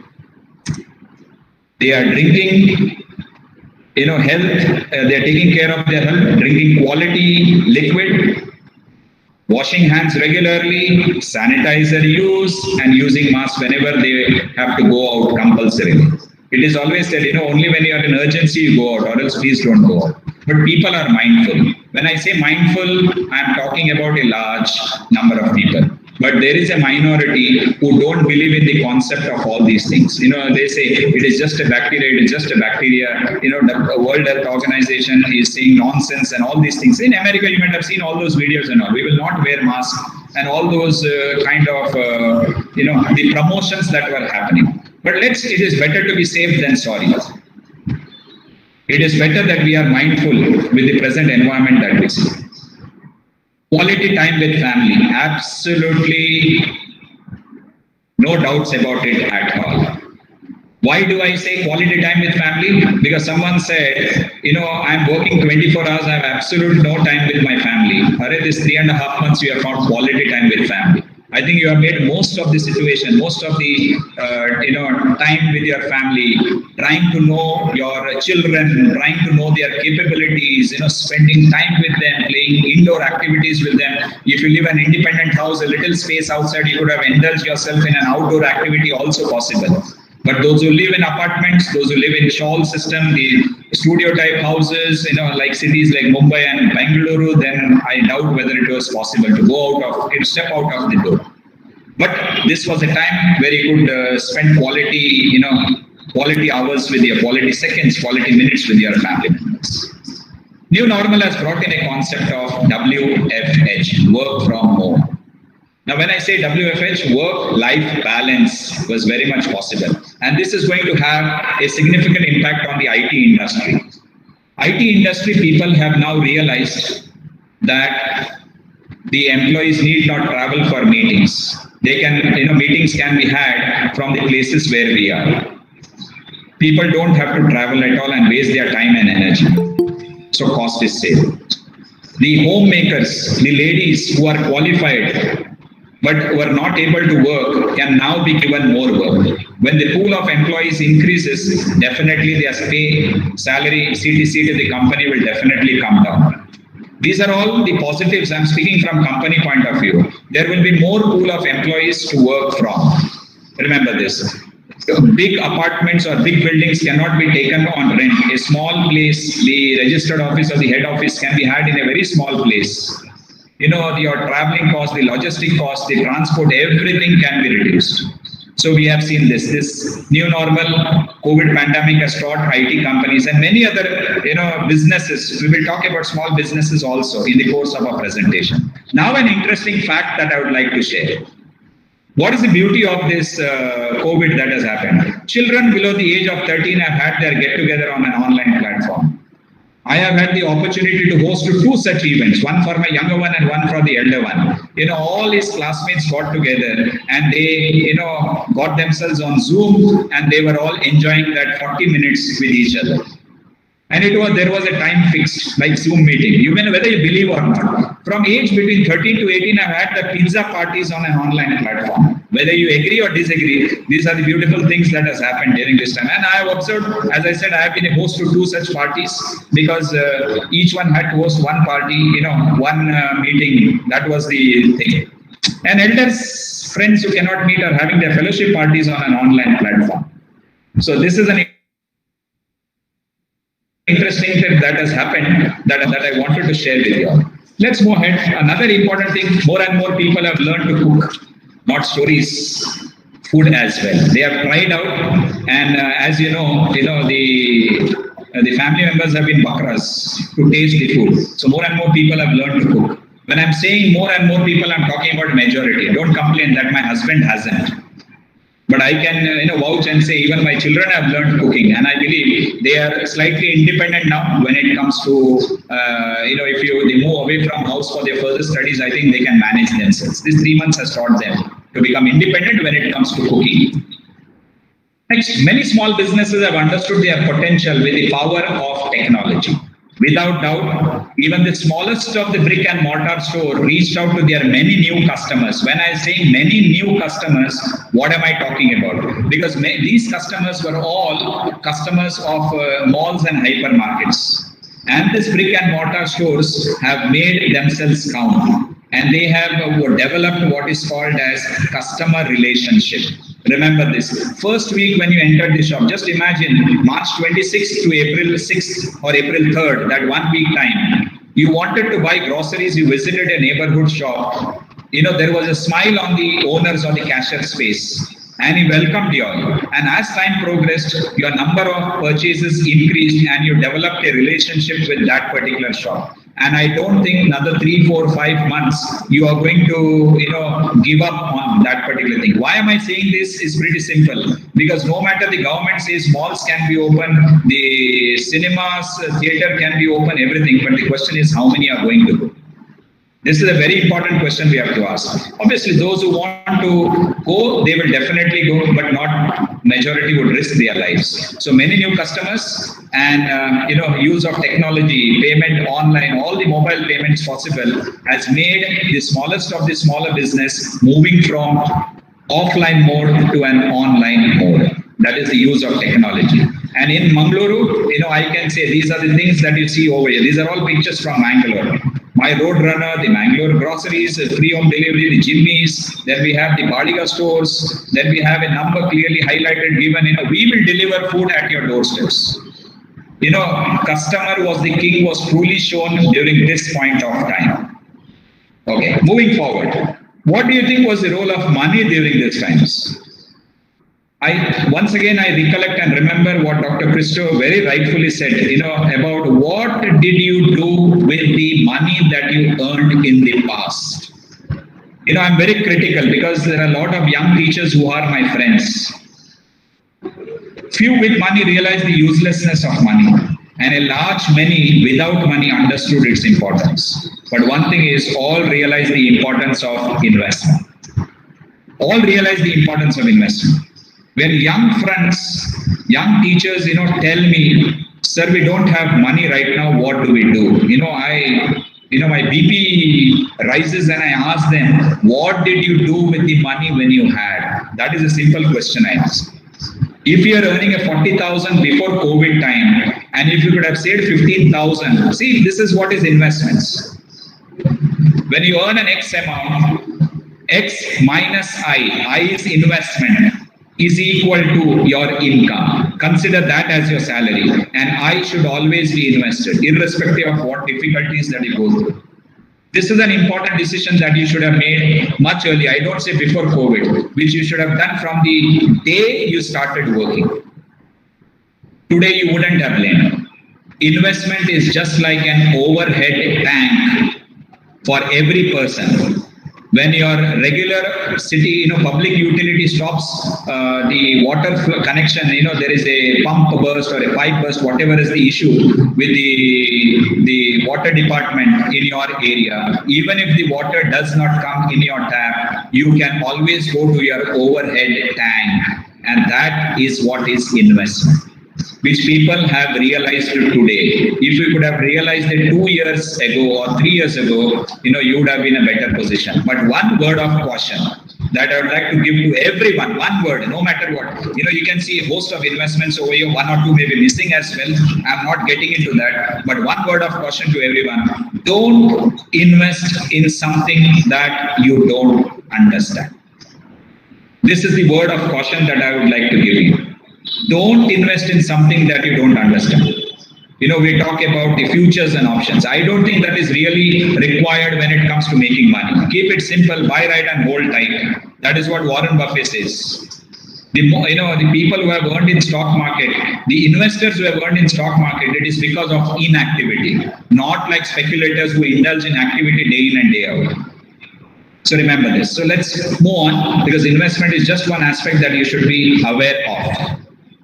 Okay, our focus during this time, even Dr. Christo mentioned about the Maslow's need hierarchy theory. During the pandemic, our entire focus was on physiological and safety needs, absolutely. But as we move to security, that is job security, esteem and self-actualization. Actually, I would believe as a teacher, this was a time for self-actualization also to some extent. Though you may disagree with me, but I believe that we have touched the fifth, need as well during these 3 months. We need to be mindful about a few things. So some tips from my side, what are the things that we need to be mindful of? Don't take things for granted. Share your thoughts among children of being mindful all the time, very important. And surely there is one habit that we must all give up, and that is biting nails. Just tell children, if you bite nails, you invite the virus into your body. It may look very funny, but I think the message will reach to the students, to your children definitely. Okay, so never take things for granted, no matter where you are, who you are, because there is no discrimination as far as this virus is concerned. Whether rich or poor, the haves and have-nots have all been affected. And that's why I say, let us start living with more awareness and right knowledge. Some words of caution. Someone very rightfully said, in school we were told not to bring mobiles. But someone very rightfully said, a child said, now the school is into my mobile. We need to take care of the screen time. How much time we are on the screen, be it your laptop, your mobile phone or television for that matter. So screen time. Second word of caution, wearing mask and working for long hours is also to be avoided. Maybe once in 10 minutes you can keep your mask away, breathe fresh air and wear it once again if there are people around. don't continuously wear for long hours. It may have health issues as well. Being too overcautious sometimes, sometimes we are too much overcautious in things where we should not be, and that will also invite maybe not physical issues but mental issues. Remember this. Word of caution: watching newsfeed and reading too much of newspaper, because if you open the newspaper these days, I feel very sorry to see only negative news only. There are hardly positive news around. I don't know, just 3 days ago I read one news. I think this is a news from Mandya, where a person sold his cow, I believe, to buy a mobile phone for his child for his online class. Whether this is a positive news or negative news, I am not able to judge at all. So, but this is a concern, because all could not afford a mobile phone for their children, but with online classes which has begun, not begun yesterday or day before, almost 2 months ago it started. So this is what has happened in the rural part of our country. And too exciting and too depressing social media posts forwarded to loved ones without the knowledge of its authenticity must be avoided at any cost. So this is an earnest request from my side to all the participants who are listening to me. Yes, now for teachers, I have 4 slides specifically for teachers, and as I said, I would like to spend a little time over here. Maybe I will take around max 15 minutes to finish my presentation. I am asking a question to teachers now. Maybe in the month of September end, because Mangalore University, I believe we may have classes starting early September or August, mid-August, I believe. I'm not sure about other universities. What is your preparation level for these classes? Colleges may start, but students all may not come to college. So you need to reach out to your students. We have already done it in the past. How we can reach out? So this slide, everyone is aware of, so I won't spend much time. Zoom, where we are in now, Google Meet, GoToMeeting is one. Then we have Say Namaste, the Indian version, the GeoMeet, which is upcoming now, still not developed completely, and Cisco WebEx. Everyone is aware of this video conferencing apps. Apart from this, there is something called as a StreamYard.com. Just respond. These are all links through which you can have your classes. But few are paid ones, few are free ones. Zoom, as you know, is free for 40 minutes for 100 participants. Same with Google Meet. GeoMeet also. GeoMeet is unlimited time. Google Meet is, I think, I'm not sure, unlimited time possibly. Cisco WebEx is 50 minutes now reduced. So this slide, yes, people are aware. Apart from the app, there are links as well, which you can use.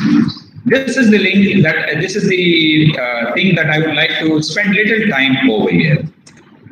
When your students come, when you conduct a class, you need to check whether the students have really understood the concepts or not. I would like to go a little beyond what the slides are offering to you right now. See, there is Google Form, the second one, which everyone is using. The third one on the right side on top is the Microsoft Forms. All are on par, no doubt. Slido quizzes, Quizzer, SQLite quiz app, all common. But I would like to spend a little time on this particular one, and this is Testomos. See, when you conduct or give a quiz to all your students, what happens is you give unlimited time. Unlimited time, the quiz is opened, they look at the options, then they go to internet, they search for the answers, they give the answers, it takes time. But suppose if I give you a quiz, and I say there are 10 questions you have to finish within 5 minutes. As soon as you open the quiz, the timer starts running back. How will you feel? Is there time for you to go to internet, check for answers and give all the answers correctly? The answer is no. And Testomos is one, quiz app which you can use for your classes. You give students that this is the time. They have to key in either their email, or you can give a passcode. When you give a passcode, students who are wanting to write test, you can share the passcode with them. They can take their test at any time which is convenient to them. But the time is same for all. It's 5 minutes. I'm saying 10 questions, 5 minutes. 20 questions, you keep it at for 10 minutes, for example. So it's a time-based quiz. You can try this out. It's testomos.com. And when I come to the video part of it, the next slide, I will talk more about it. So Google Forms, how to design and preparing questions. You can have the normal multiple choice questions. You have more than one choice questions. You can have fill in the blanks. You can have true or false. You can have match the following. All these things are possible in test modes. And remember, test modes is an online quiz. You are not going to save anywhere. There is a email and password that you need to remember, which you have used. You can copy the link once the quiz is published.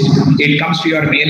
Anytime you want to do the editing, just click on that particular mail, go to that quiz number, click on it. You have the admin there, enter as an admin. Just save your password for that. So when you click admin, automatically password is also included. You go back to the quiz, you can add the questions, delete the questions, you can do anything. But like a Google form, it will not be saved in any drive. That is the only disadvantage. If you want to take a physical printout of your quiz, you are free to do that as well in test modes. But that really kills the purpose, because this quizzes, why are we using this is, more so you can save a lot of paper rather than giving a physical quiz to a student and they look this side and that side. So time-based quiz is very much possible through test modes, and you can definitely make use of that. The next slide is very, very important for all teachers that I want to share. The video making apps. You should be ready with your videos. Bandicam gives you an opportunity to have a video for 10 minutes, quality videos. You can have a video editor app where, 3 videos of 10 minutes under Bandicam, you can put together and make a 30 minutes consolidated video.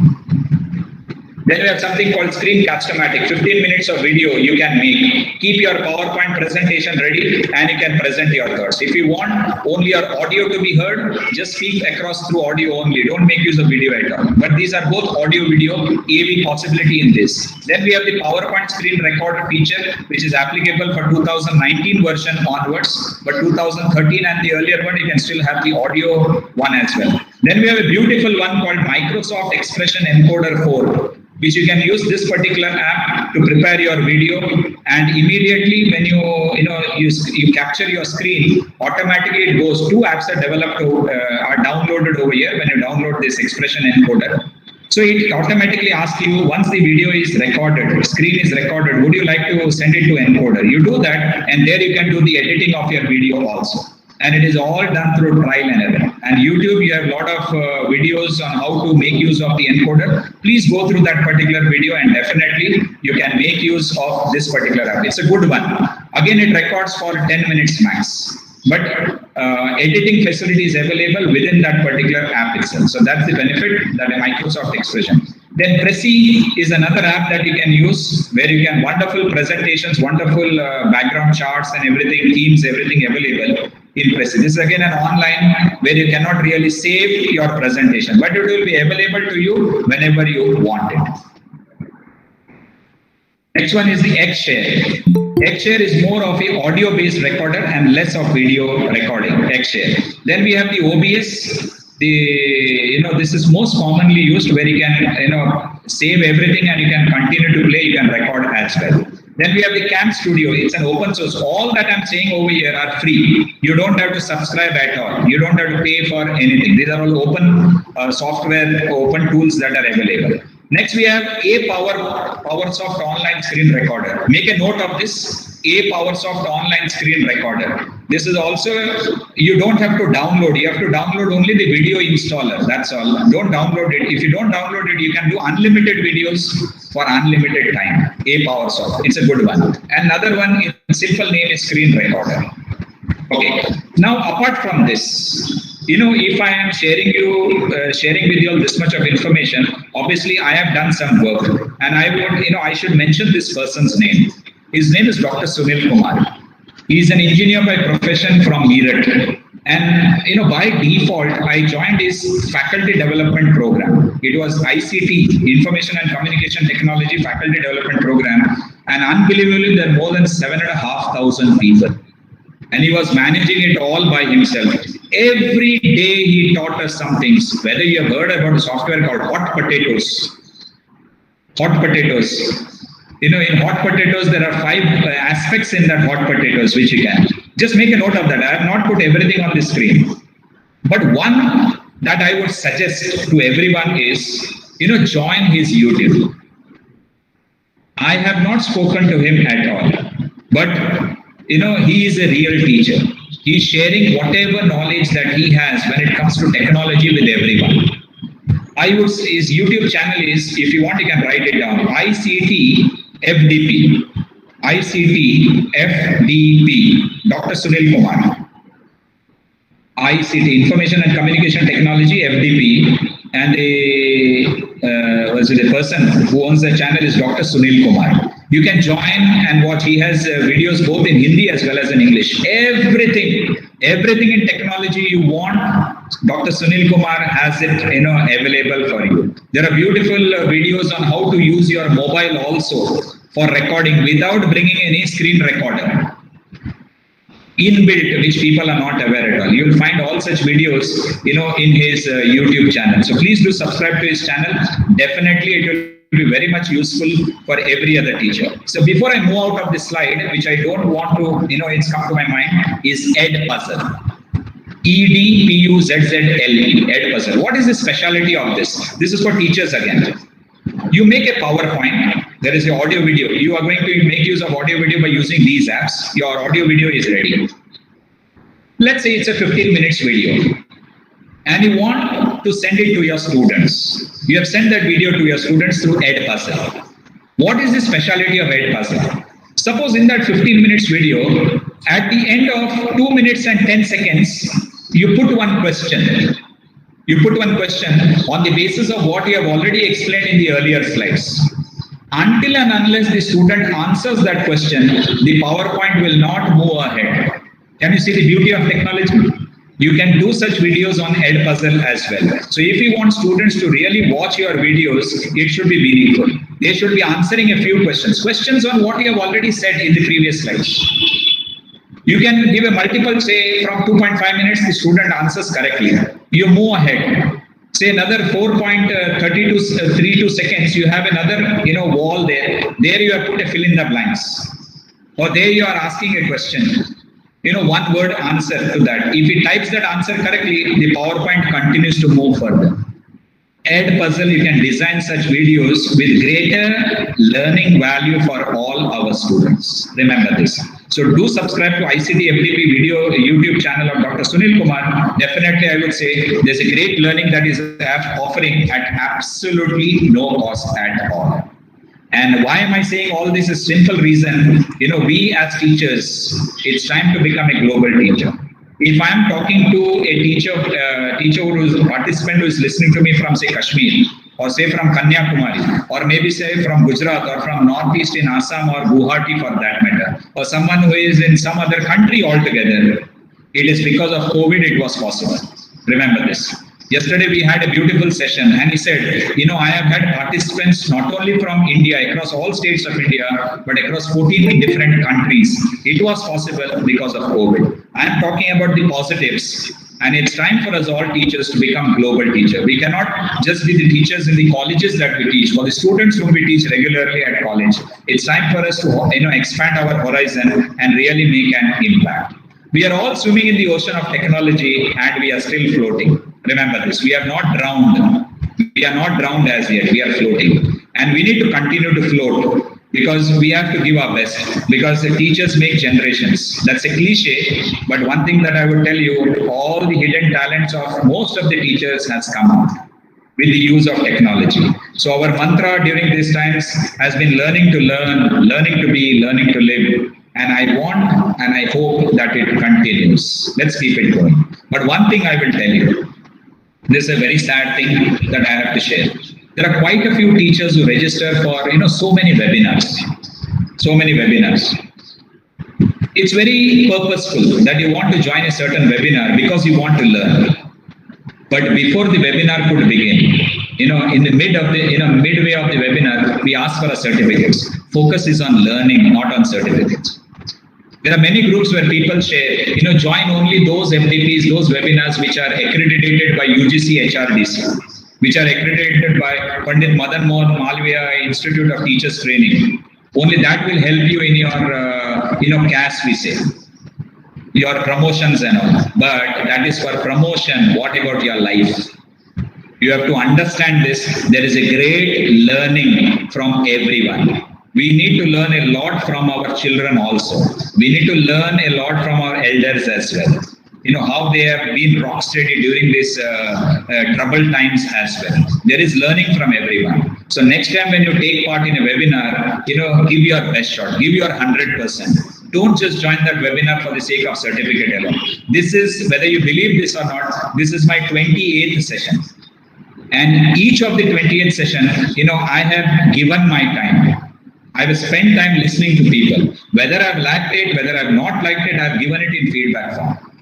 And I'm very unbiased, when I've said things. If the speaker has to be really good, definitely I've seen, speaker could have been much better. I have given that particular opinion. That's why you are free to do that. But important thing is you can do that only if you have taken part listening to each and every word that the speaker has said. You can question. I am also open to question right now. Remember this. So this is my prayer. I wish and pray that these things, fall in place. Health infrastructure develops. There is more investment in agriculture, technology, education, and health will be done by the government. More jobs are forthcoming with newer and better business models and infrastructure. And for all teachers, for all of us, it's time to reskill, upskill, and upgrade our capabilities. Why am I saying this is because no matter what about our past, we have a common present and future.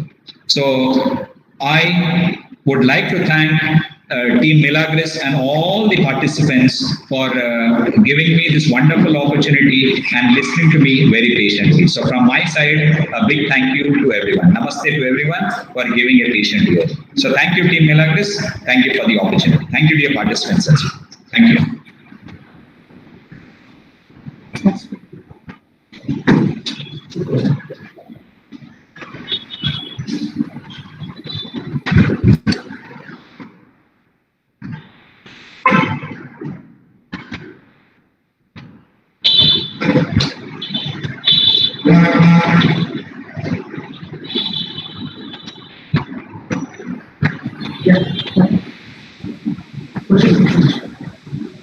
Thank you so much, sir, for that simple yet intelligible and a practical session. We really enjoyed. I'm sure all the attendees have enjoyed the most. In simple words to say, you are a chota packet with a bada dhamaka. It would not be wrong if I would say that, because everyone were very, very attentive and they have given a very positive and a very good feedback of your session. So, thank you, Yuva. Can I have Christo, sir? Can you please mute yourself, sir? Unmute yourself. Yeah, I'm sorry. thank you. Yes, sir, I have a few questions for you from the participants. Coming to the first participant, Priya R. Naik, her question is, if all countries are looking inwards and we are having policies like Atmanirbhar, what will happen to globalization and international trade in post-COVID times? Okay, thank you so much for the question. I went through the question also. Yes. Professor Naik, it's a very good question and relevant. I am about to cover this in my speech, but I couldn't do that. Thank you for posting the question. See, the most self-reliant means not closing all the doors and sit in your country and do the things. That is not self-reliant. That is not actually pointed by our Prime Minister.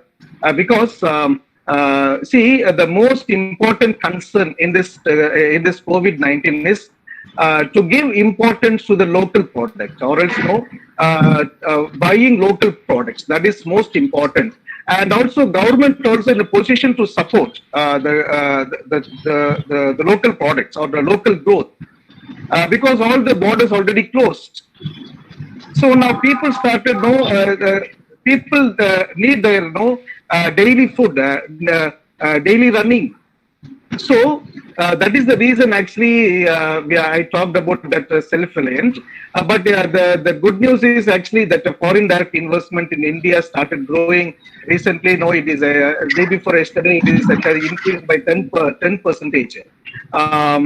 So giving importance to local goods, trying local products, then that is important. But when we need extra top-up or more yes, it is important to get from other countries based on the need and demand. The problem is more than the demand, more than the need. If we go for import and importing from other countries, then that actually shaken our economy. I hope you know the leverage between import and export. So we need to catch up this trend. We know about the Modi our Honorable Prime Minister Modi ji introduced the 5 pillars of self-reliant India with 21 crores of budget, 21,000 crores of budget, lakhs of crores of budget. The thing is, we cannot comment on the outcome now because that one just introduced. Maybe in the longer run, we can we can see the outcome, or else we can see the fruit of this 21 lakh crores. So, in the post-COVID-19, our recovery state is most important to stand in the global economy and also to support other countries, because we are all interconnected. Whether we like it or not, we are all interconnected. That's why I'm saying from the first slide, we are all interconnected. We have to grow together. We cannot avoid other countries. If you want to grow, you grow together with other countries. That is most important strategy we're supposed to look into.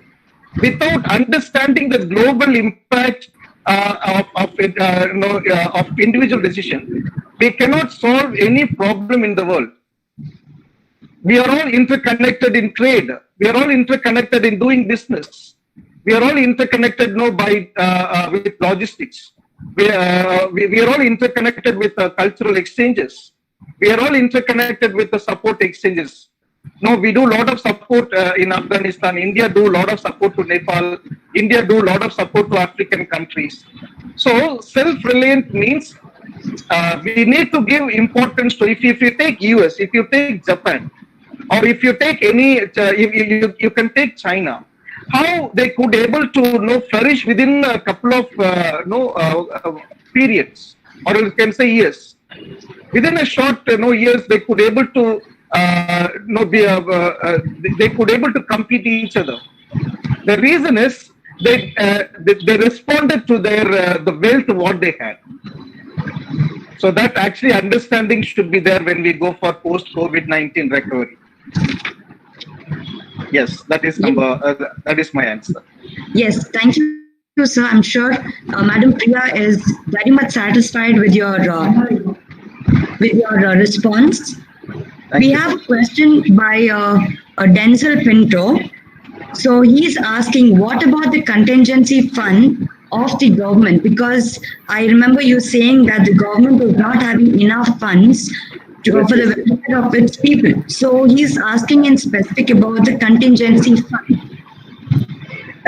Actually, contingency funds we use during the emergency period or unexpected economic crisis. That is the time the government is supposed to use the contingency fund. The question is about that.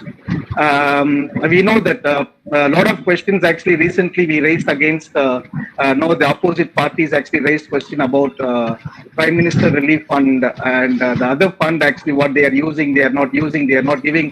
Even state government said the central government not giving their GST part. Yes, I understand the question that lot of things actually, if you see the last 3 to 4 months or else last 1 year, government actually came up with a lot of fund policies and a lot of actually steps they have taken. Even I know that the fiscal incentive package worth 10% growth of domestic product or GDP from the economy to overcome the distress caused by the coronavirus pandemic. So lot of actually steps taken by the government, and in some part actually they are giving more fund, some part actually they are giving less fund, and even when central government gave up their GST part, they gave less to Kerala, Karnataka, and Andhra and all, but they gave more for UP and other parts of North India. That also became a big debate. Yes, the thing is here that the development of South India and development of few parts of the other state is not comparable. So that's why the central government is giving more incentives to the other parts of India and less to the the developed states. So far, we call the developed states and all. The same question I also have: what actually the central government doing with the fund? It's a big question, and there is no answer from the government also, because when I'm reading daily news, I'm watching news televisions and the debates also I'm watching continuously. The thing is, there are a lot of sayings, but whether that is the practice in the reality in India, because I not experienced, and if you ask me, I not experienced anything like that. We are also doing a small business in our hometown. We are also running a small scale industry. To the industry side, yes, we got some support from the government in terms of loans and other fund support. But if you ask as a whole, yes, it's a big question mark. I agree your point. Yes, sir. Thank you, sir, for that very brief and very clear answer. We have one more question from Rajeshwari. So she's asking, what is the impact of COVID on local vendors? Okay. Yeah, as I told you in my speech itself, the local vendors actually affected a lot.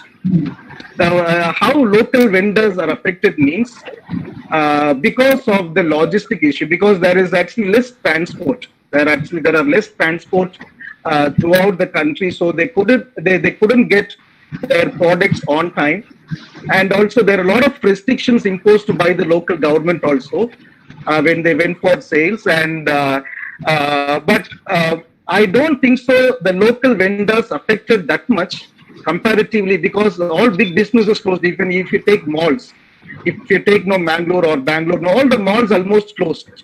But local vendors and the street vendors are still not able to sell some products like vegetables and grains, because people need that.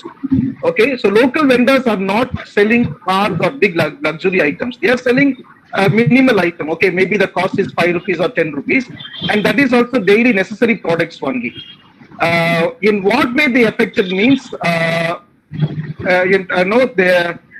when they went for buying products, markets are closed, so they could able to depend on the products whatever available, and they also have a fear of pandemic, because there is no safety to their life. Also, they have a fear. They got a fear.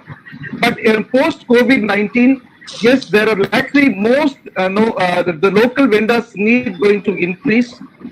You know about GeoMart. Okay, GeoMart is coming up, and their strategy is completely different from Walmart and Amazon.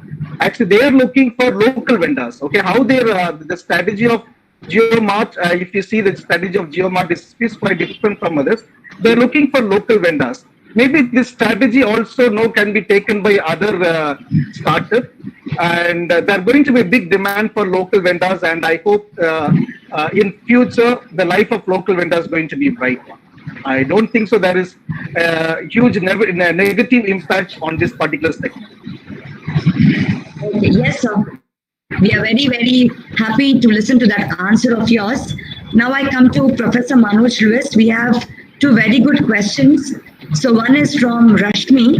Madam says that the institution says without paying the fees, the classes should not be delivered to the ward. To the ward. How to reach the ward without discrimination? Okay, I think you can, Eva, you can read out, you have read Rashmi's question. You can read out Rita's question, because for both the questions, my answer is same. Okay. So Madam Rita has a question saying, rural areas have network issues. In such a situation, how can we reach our students effectively? Thank you, Rashmi. Thank you, dear friend Rita, all the way from Kurg. Why did I say that my answer is same? See, one thing is very clear. These days, the students need not come to teachers. The teachers have to go to students.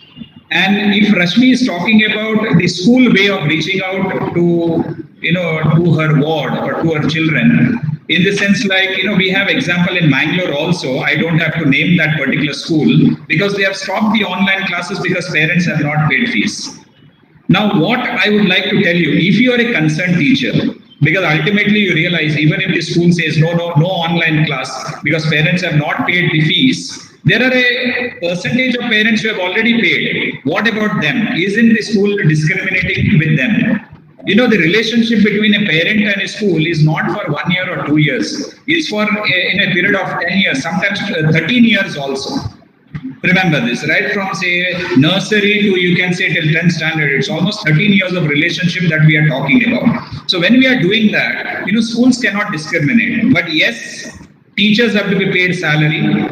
If the parents don't pay the school fees, what about the teacher's salary? I can give you examples on an average, say out of 10 schools and colleges across the city. I'm giving an example of Mangalore city. 5 colleges, the college has not paid even a single paise as salary for the month of April, May and June. There are 3 colleges out of 10 which has paid 50% to 75% as salary during these 3 months.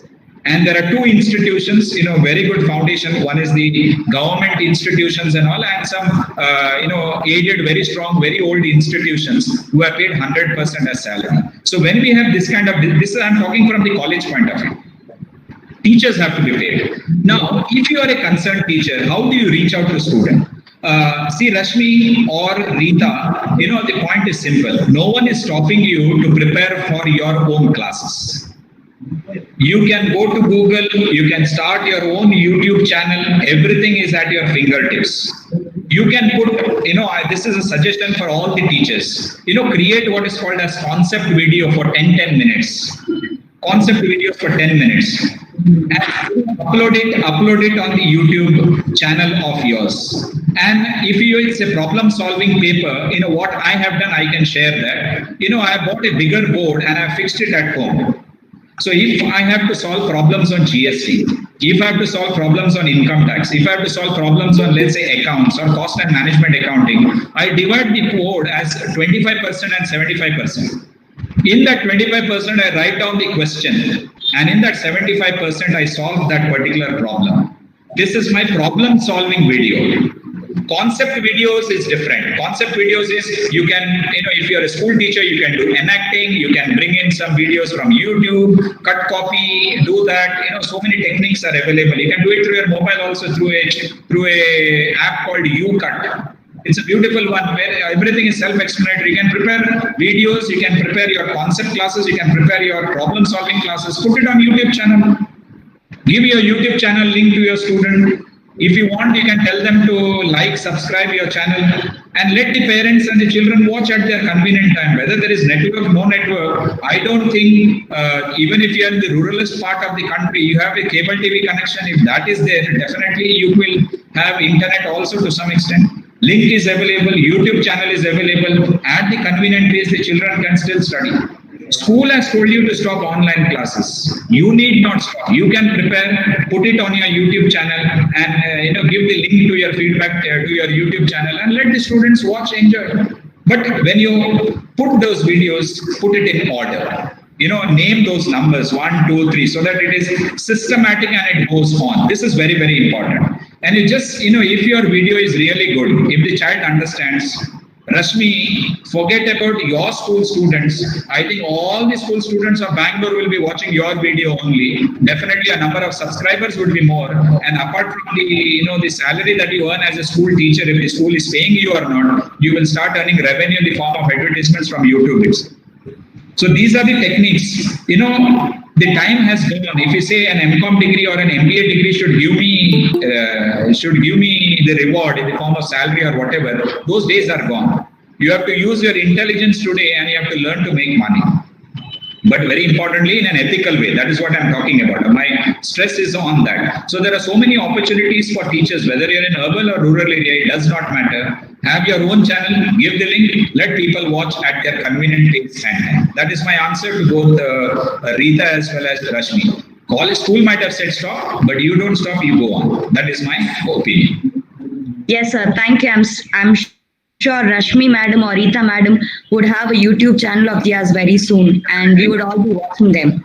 And we will like and subscribe as well. Yes, exactly. We have one more question from Anjali Gupta. So she is saying, but what about the fee hike? It is not a good decision at this point of time.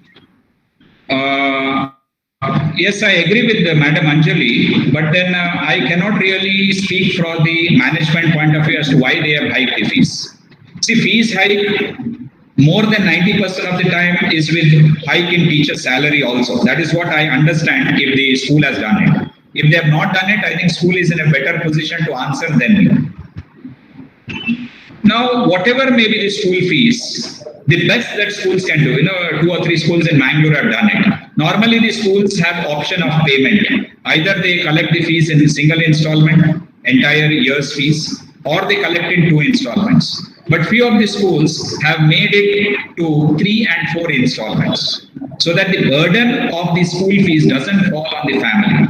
Even if there is some issues regarding money in the family, I think that installment payment of fees I think would do well for all the families. As far as hike is concerned, I don't think I am in a position to say as to why the management has done so, because maybe the parent, because if I am talking about a private institution, definitely there is a Parents Teachers Association. And Parents Teachers Association, I think the office bearers should raise this issue as to why they have increased the school fees. Because I am also a member of managing council of a school in Mangalore, and we have kept it on par, no change. Rather, we have reduced a little, and from 2 installments, we have increased it to 3 installments. That is what we have had, and quite a few parents have paid. Few are yet to pay. So possibly, I don't know what parents are thinking. Maybe few people are in financial trouble, saying that they don't have money to pay fees. But at the same time, there are willful defaulters. Like, I don't have to talk about Dr. Malya. Similarly, there are parents who can afford to pay fees, but they have not paid. I don't know what's the reason. Maybe they believe online teaching is not the real teaching. But I doubt till November, December, whether children will be coming to school. That is what I assume right now. Thank you, sir. We have one last question by Dr. Purushottam to Dr. Christo.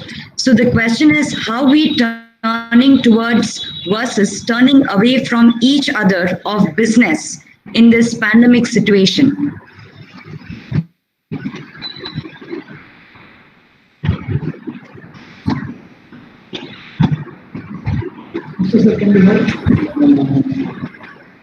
Christo, sir, you have to unmute yourself. And Yes. thank you. Okay, thank you for that.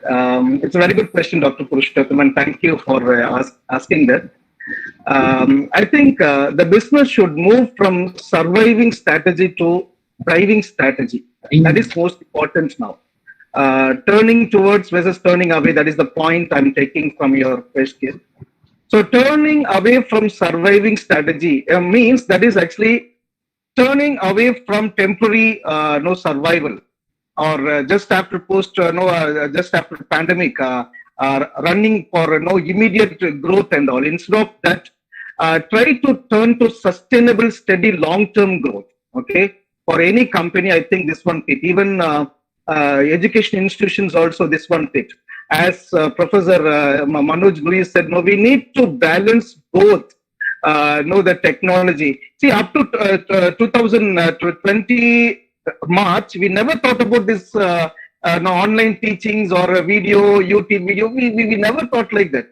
But now, immediately, we could able to understand this technology influence, and we are using this, and still we are running a lot of webinars.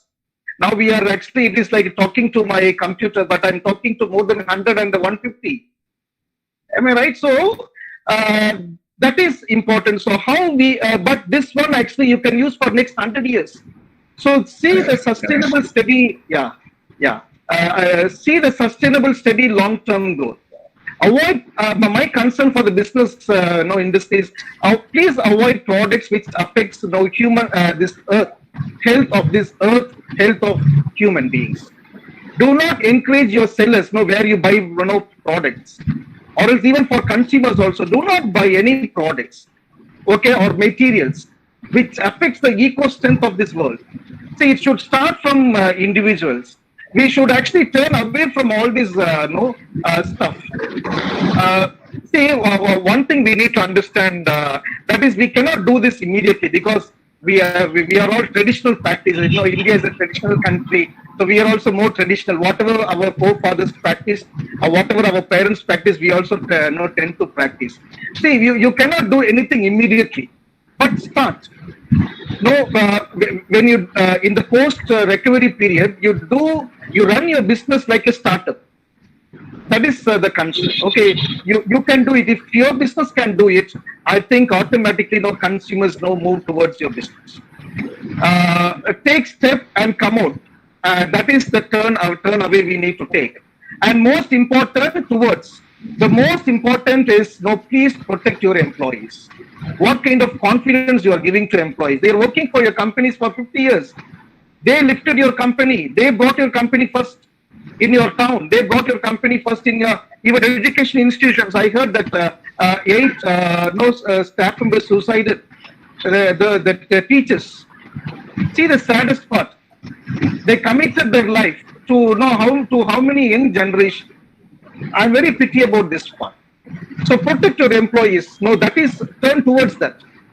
Set up cross-functional response team to ensure a simple but well-managed setup process that maximize employees' health and safety. And also continuously test your business stress. Ensure the liquidity status of your company. As I told you in the speech itself, please understand your working capital management, short-term obligations, whether you could be able to survive any risk. Because if anything happens in 2023, will your business able to survive? That's why I know that instead of survival, looking for thriving strategies. So for longer term stabilization, business should seek to plan for consumer demand more thoroughly and make their supply network more resilient. So try to move it. And the last my point is please try to move close with customers and engage your customers towards your product. And all these points will turn towards the new business COVID-19. So thanks for that question. I hope I answered your question. Yes, you have justified the question very well. Sir, there is one question to Manoj, sir. The question is from Jude Samuels, and the question is, schools and colleges are so concerned about exam than focusing on knowledge of their students. The situation is so worse. There are few students, parents as well as affected. What about their psychological health? Are schools and colleges taking effort to take care of their mental health?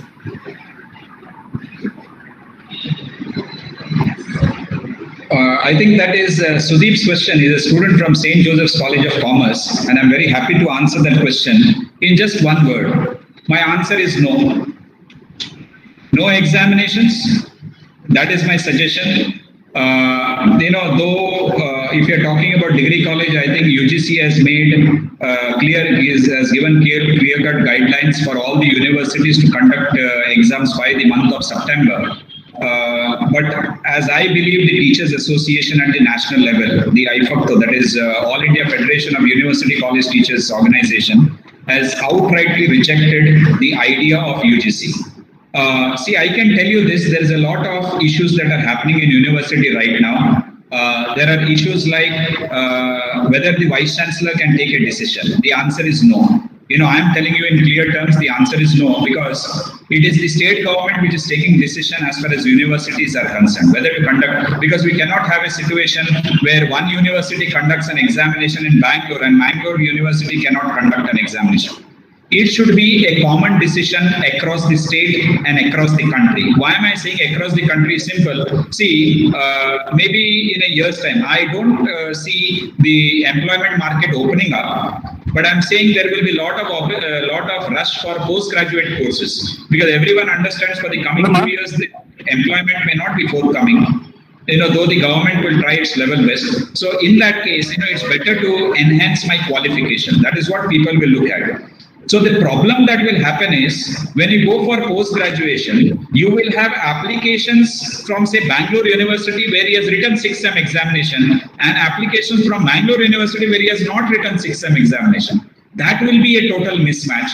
That's why, colleges may agree for an examination because it has pressure from university. University is pressurized from the state government. State government is pressurized from the UGC. So it's a chain that we have.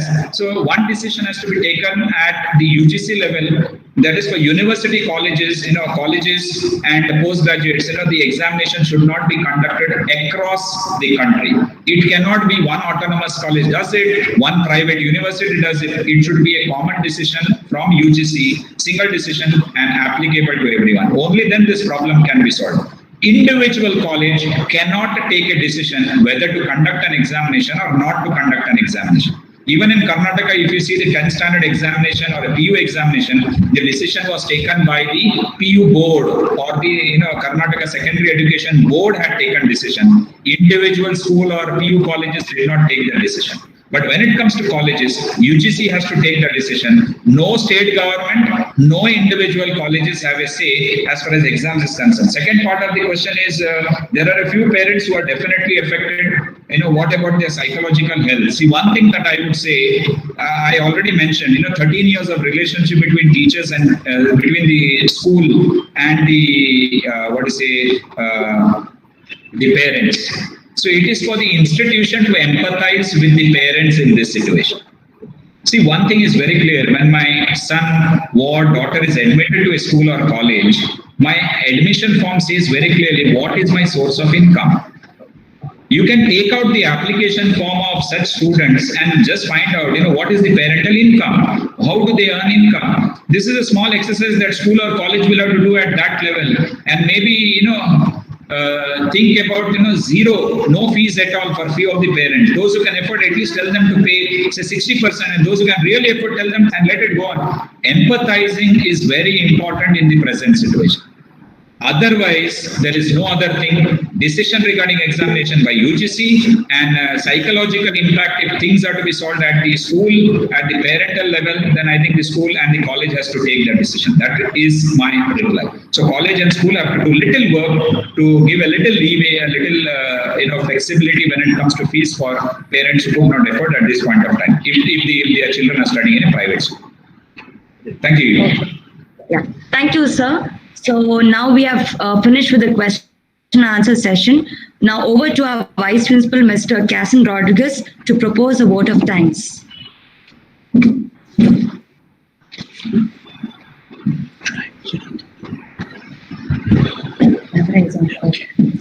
A very good afternoon to all. It's a big day to us in Milagres College because we had 2 fruitful sessions in this morning. I am grateful to our distinguished speakers of the day, Dr. Christo Sylvan, St. Joseph's College, Bangalore, and Professor Manoj Lewis, Government First Grade College, Kaur, for your wonderful presentation on the topic breakdown of lockdown. I'm thankful to you, sirs, for taking your precious time and sharing your resources with us and making us to think differently. So it was something out of the box and also refreshing our mind. Manoj sir, surely there will be some of us who will be global teachers in the future.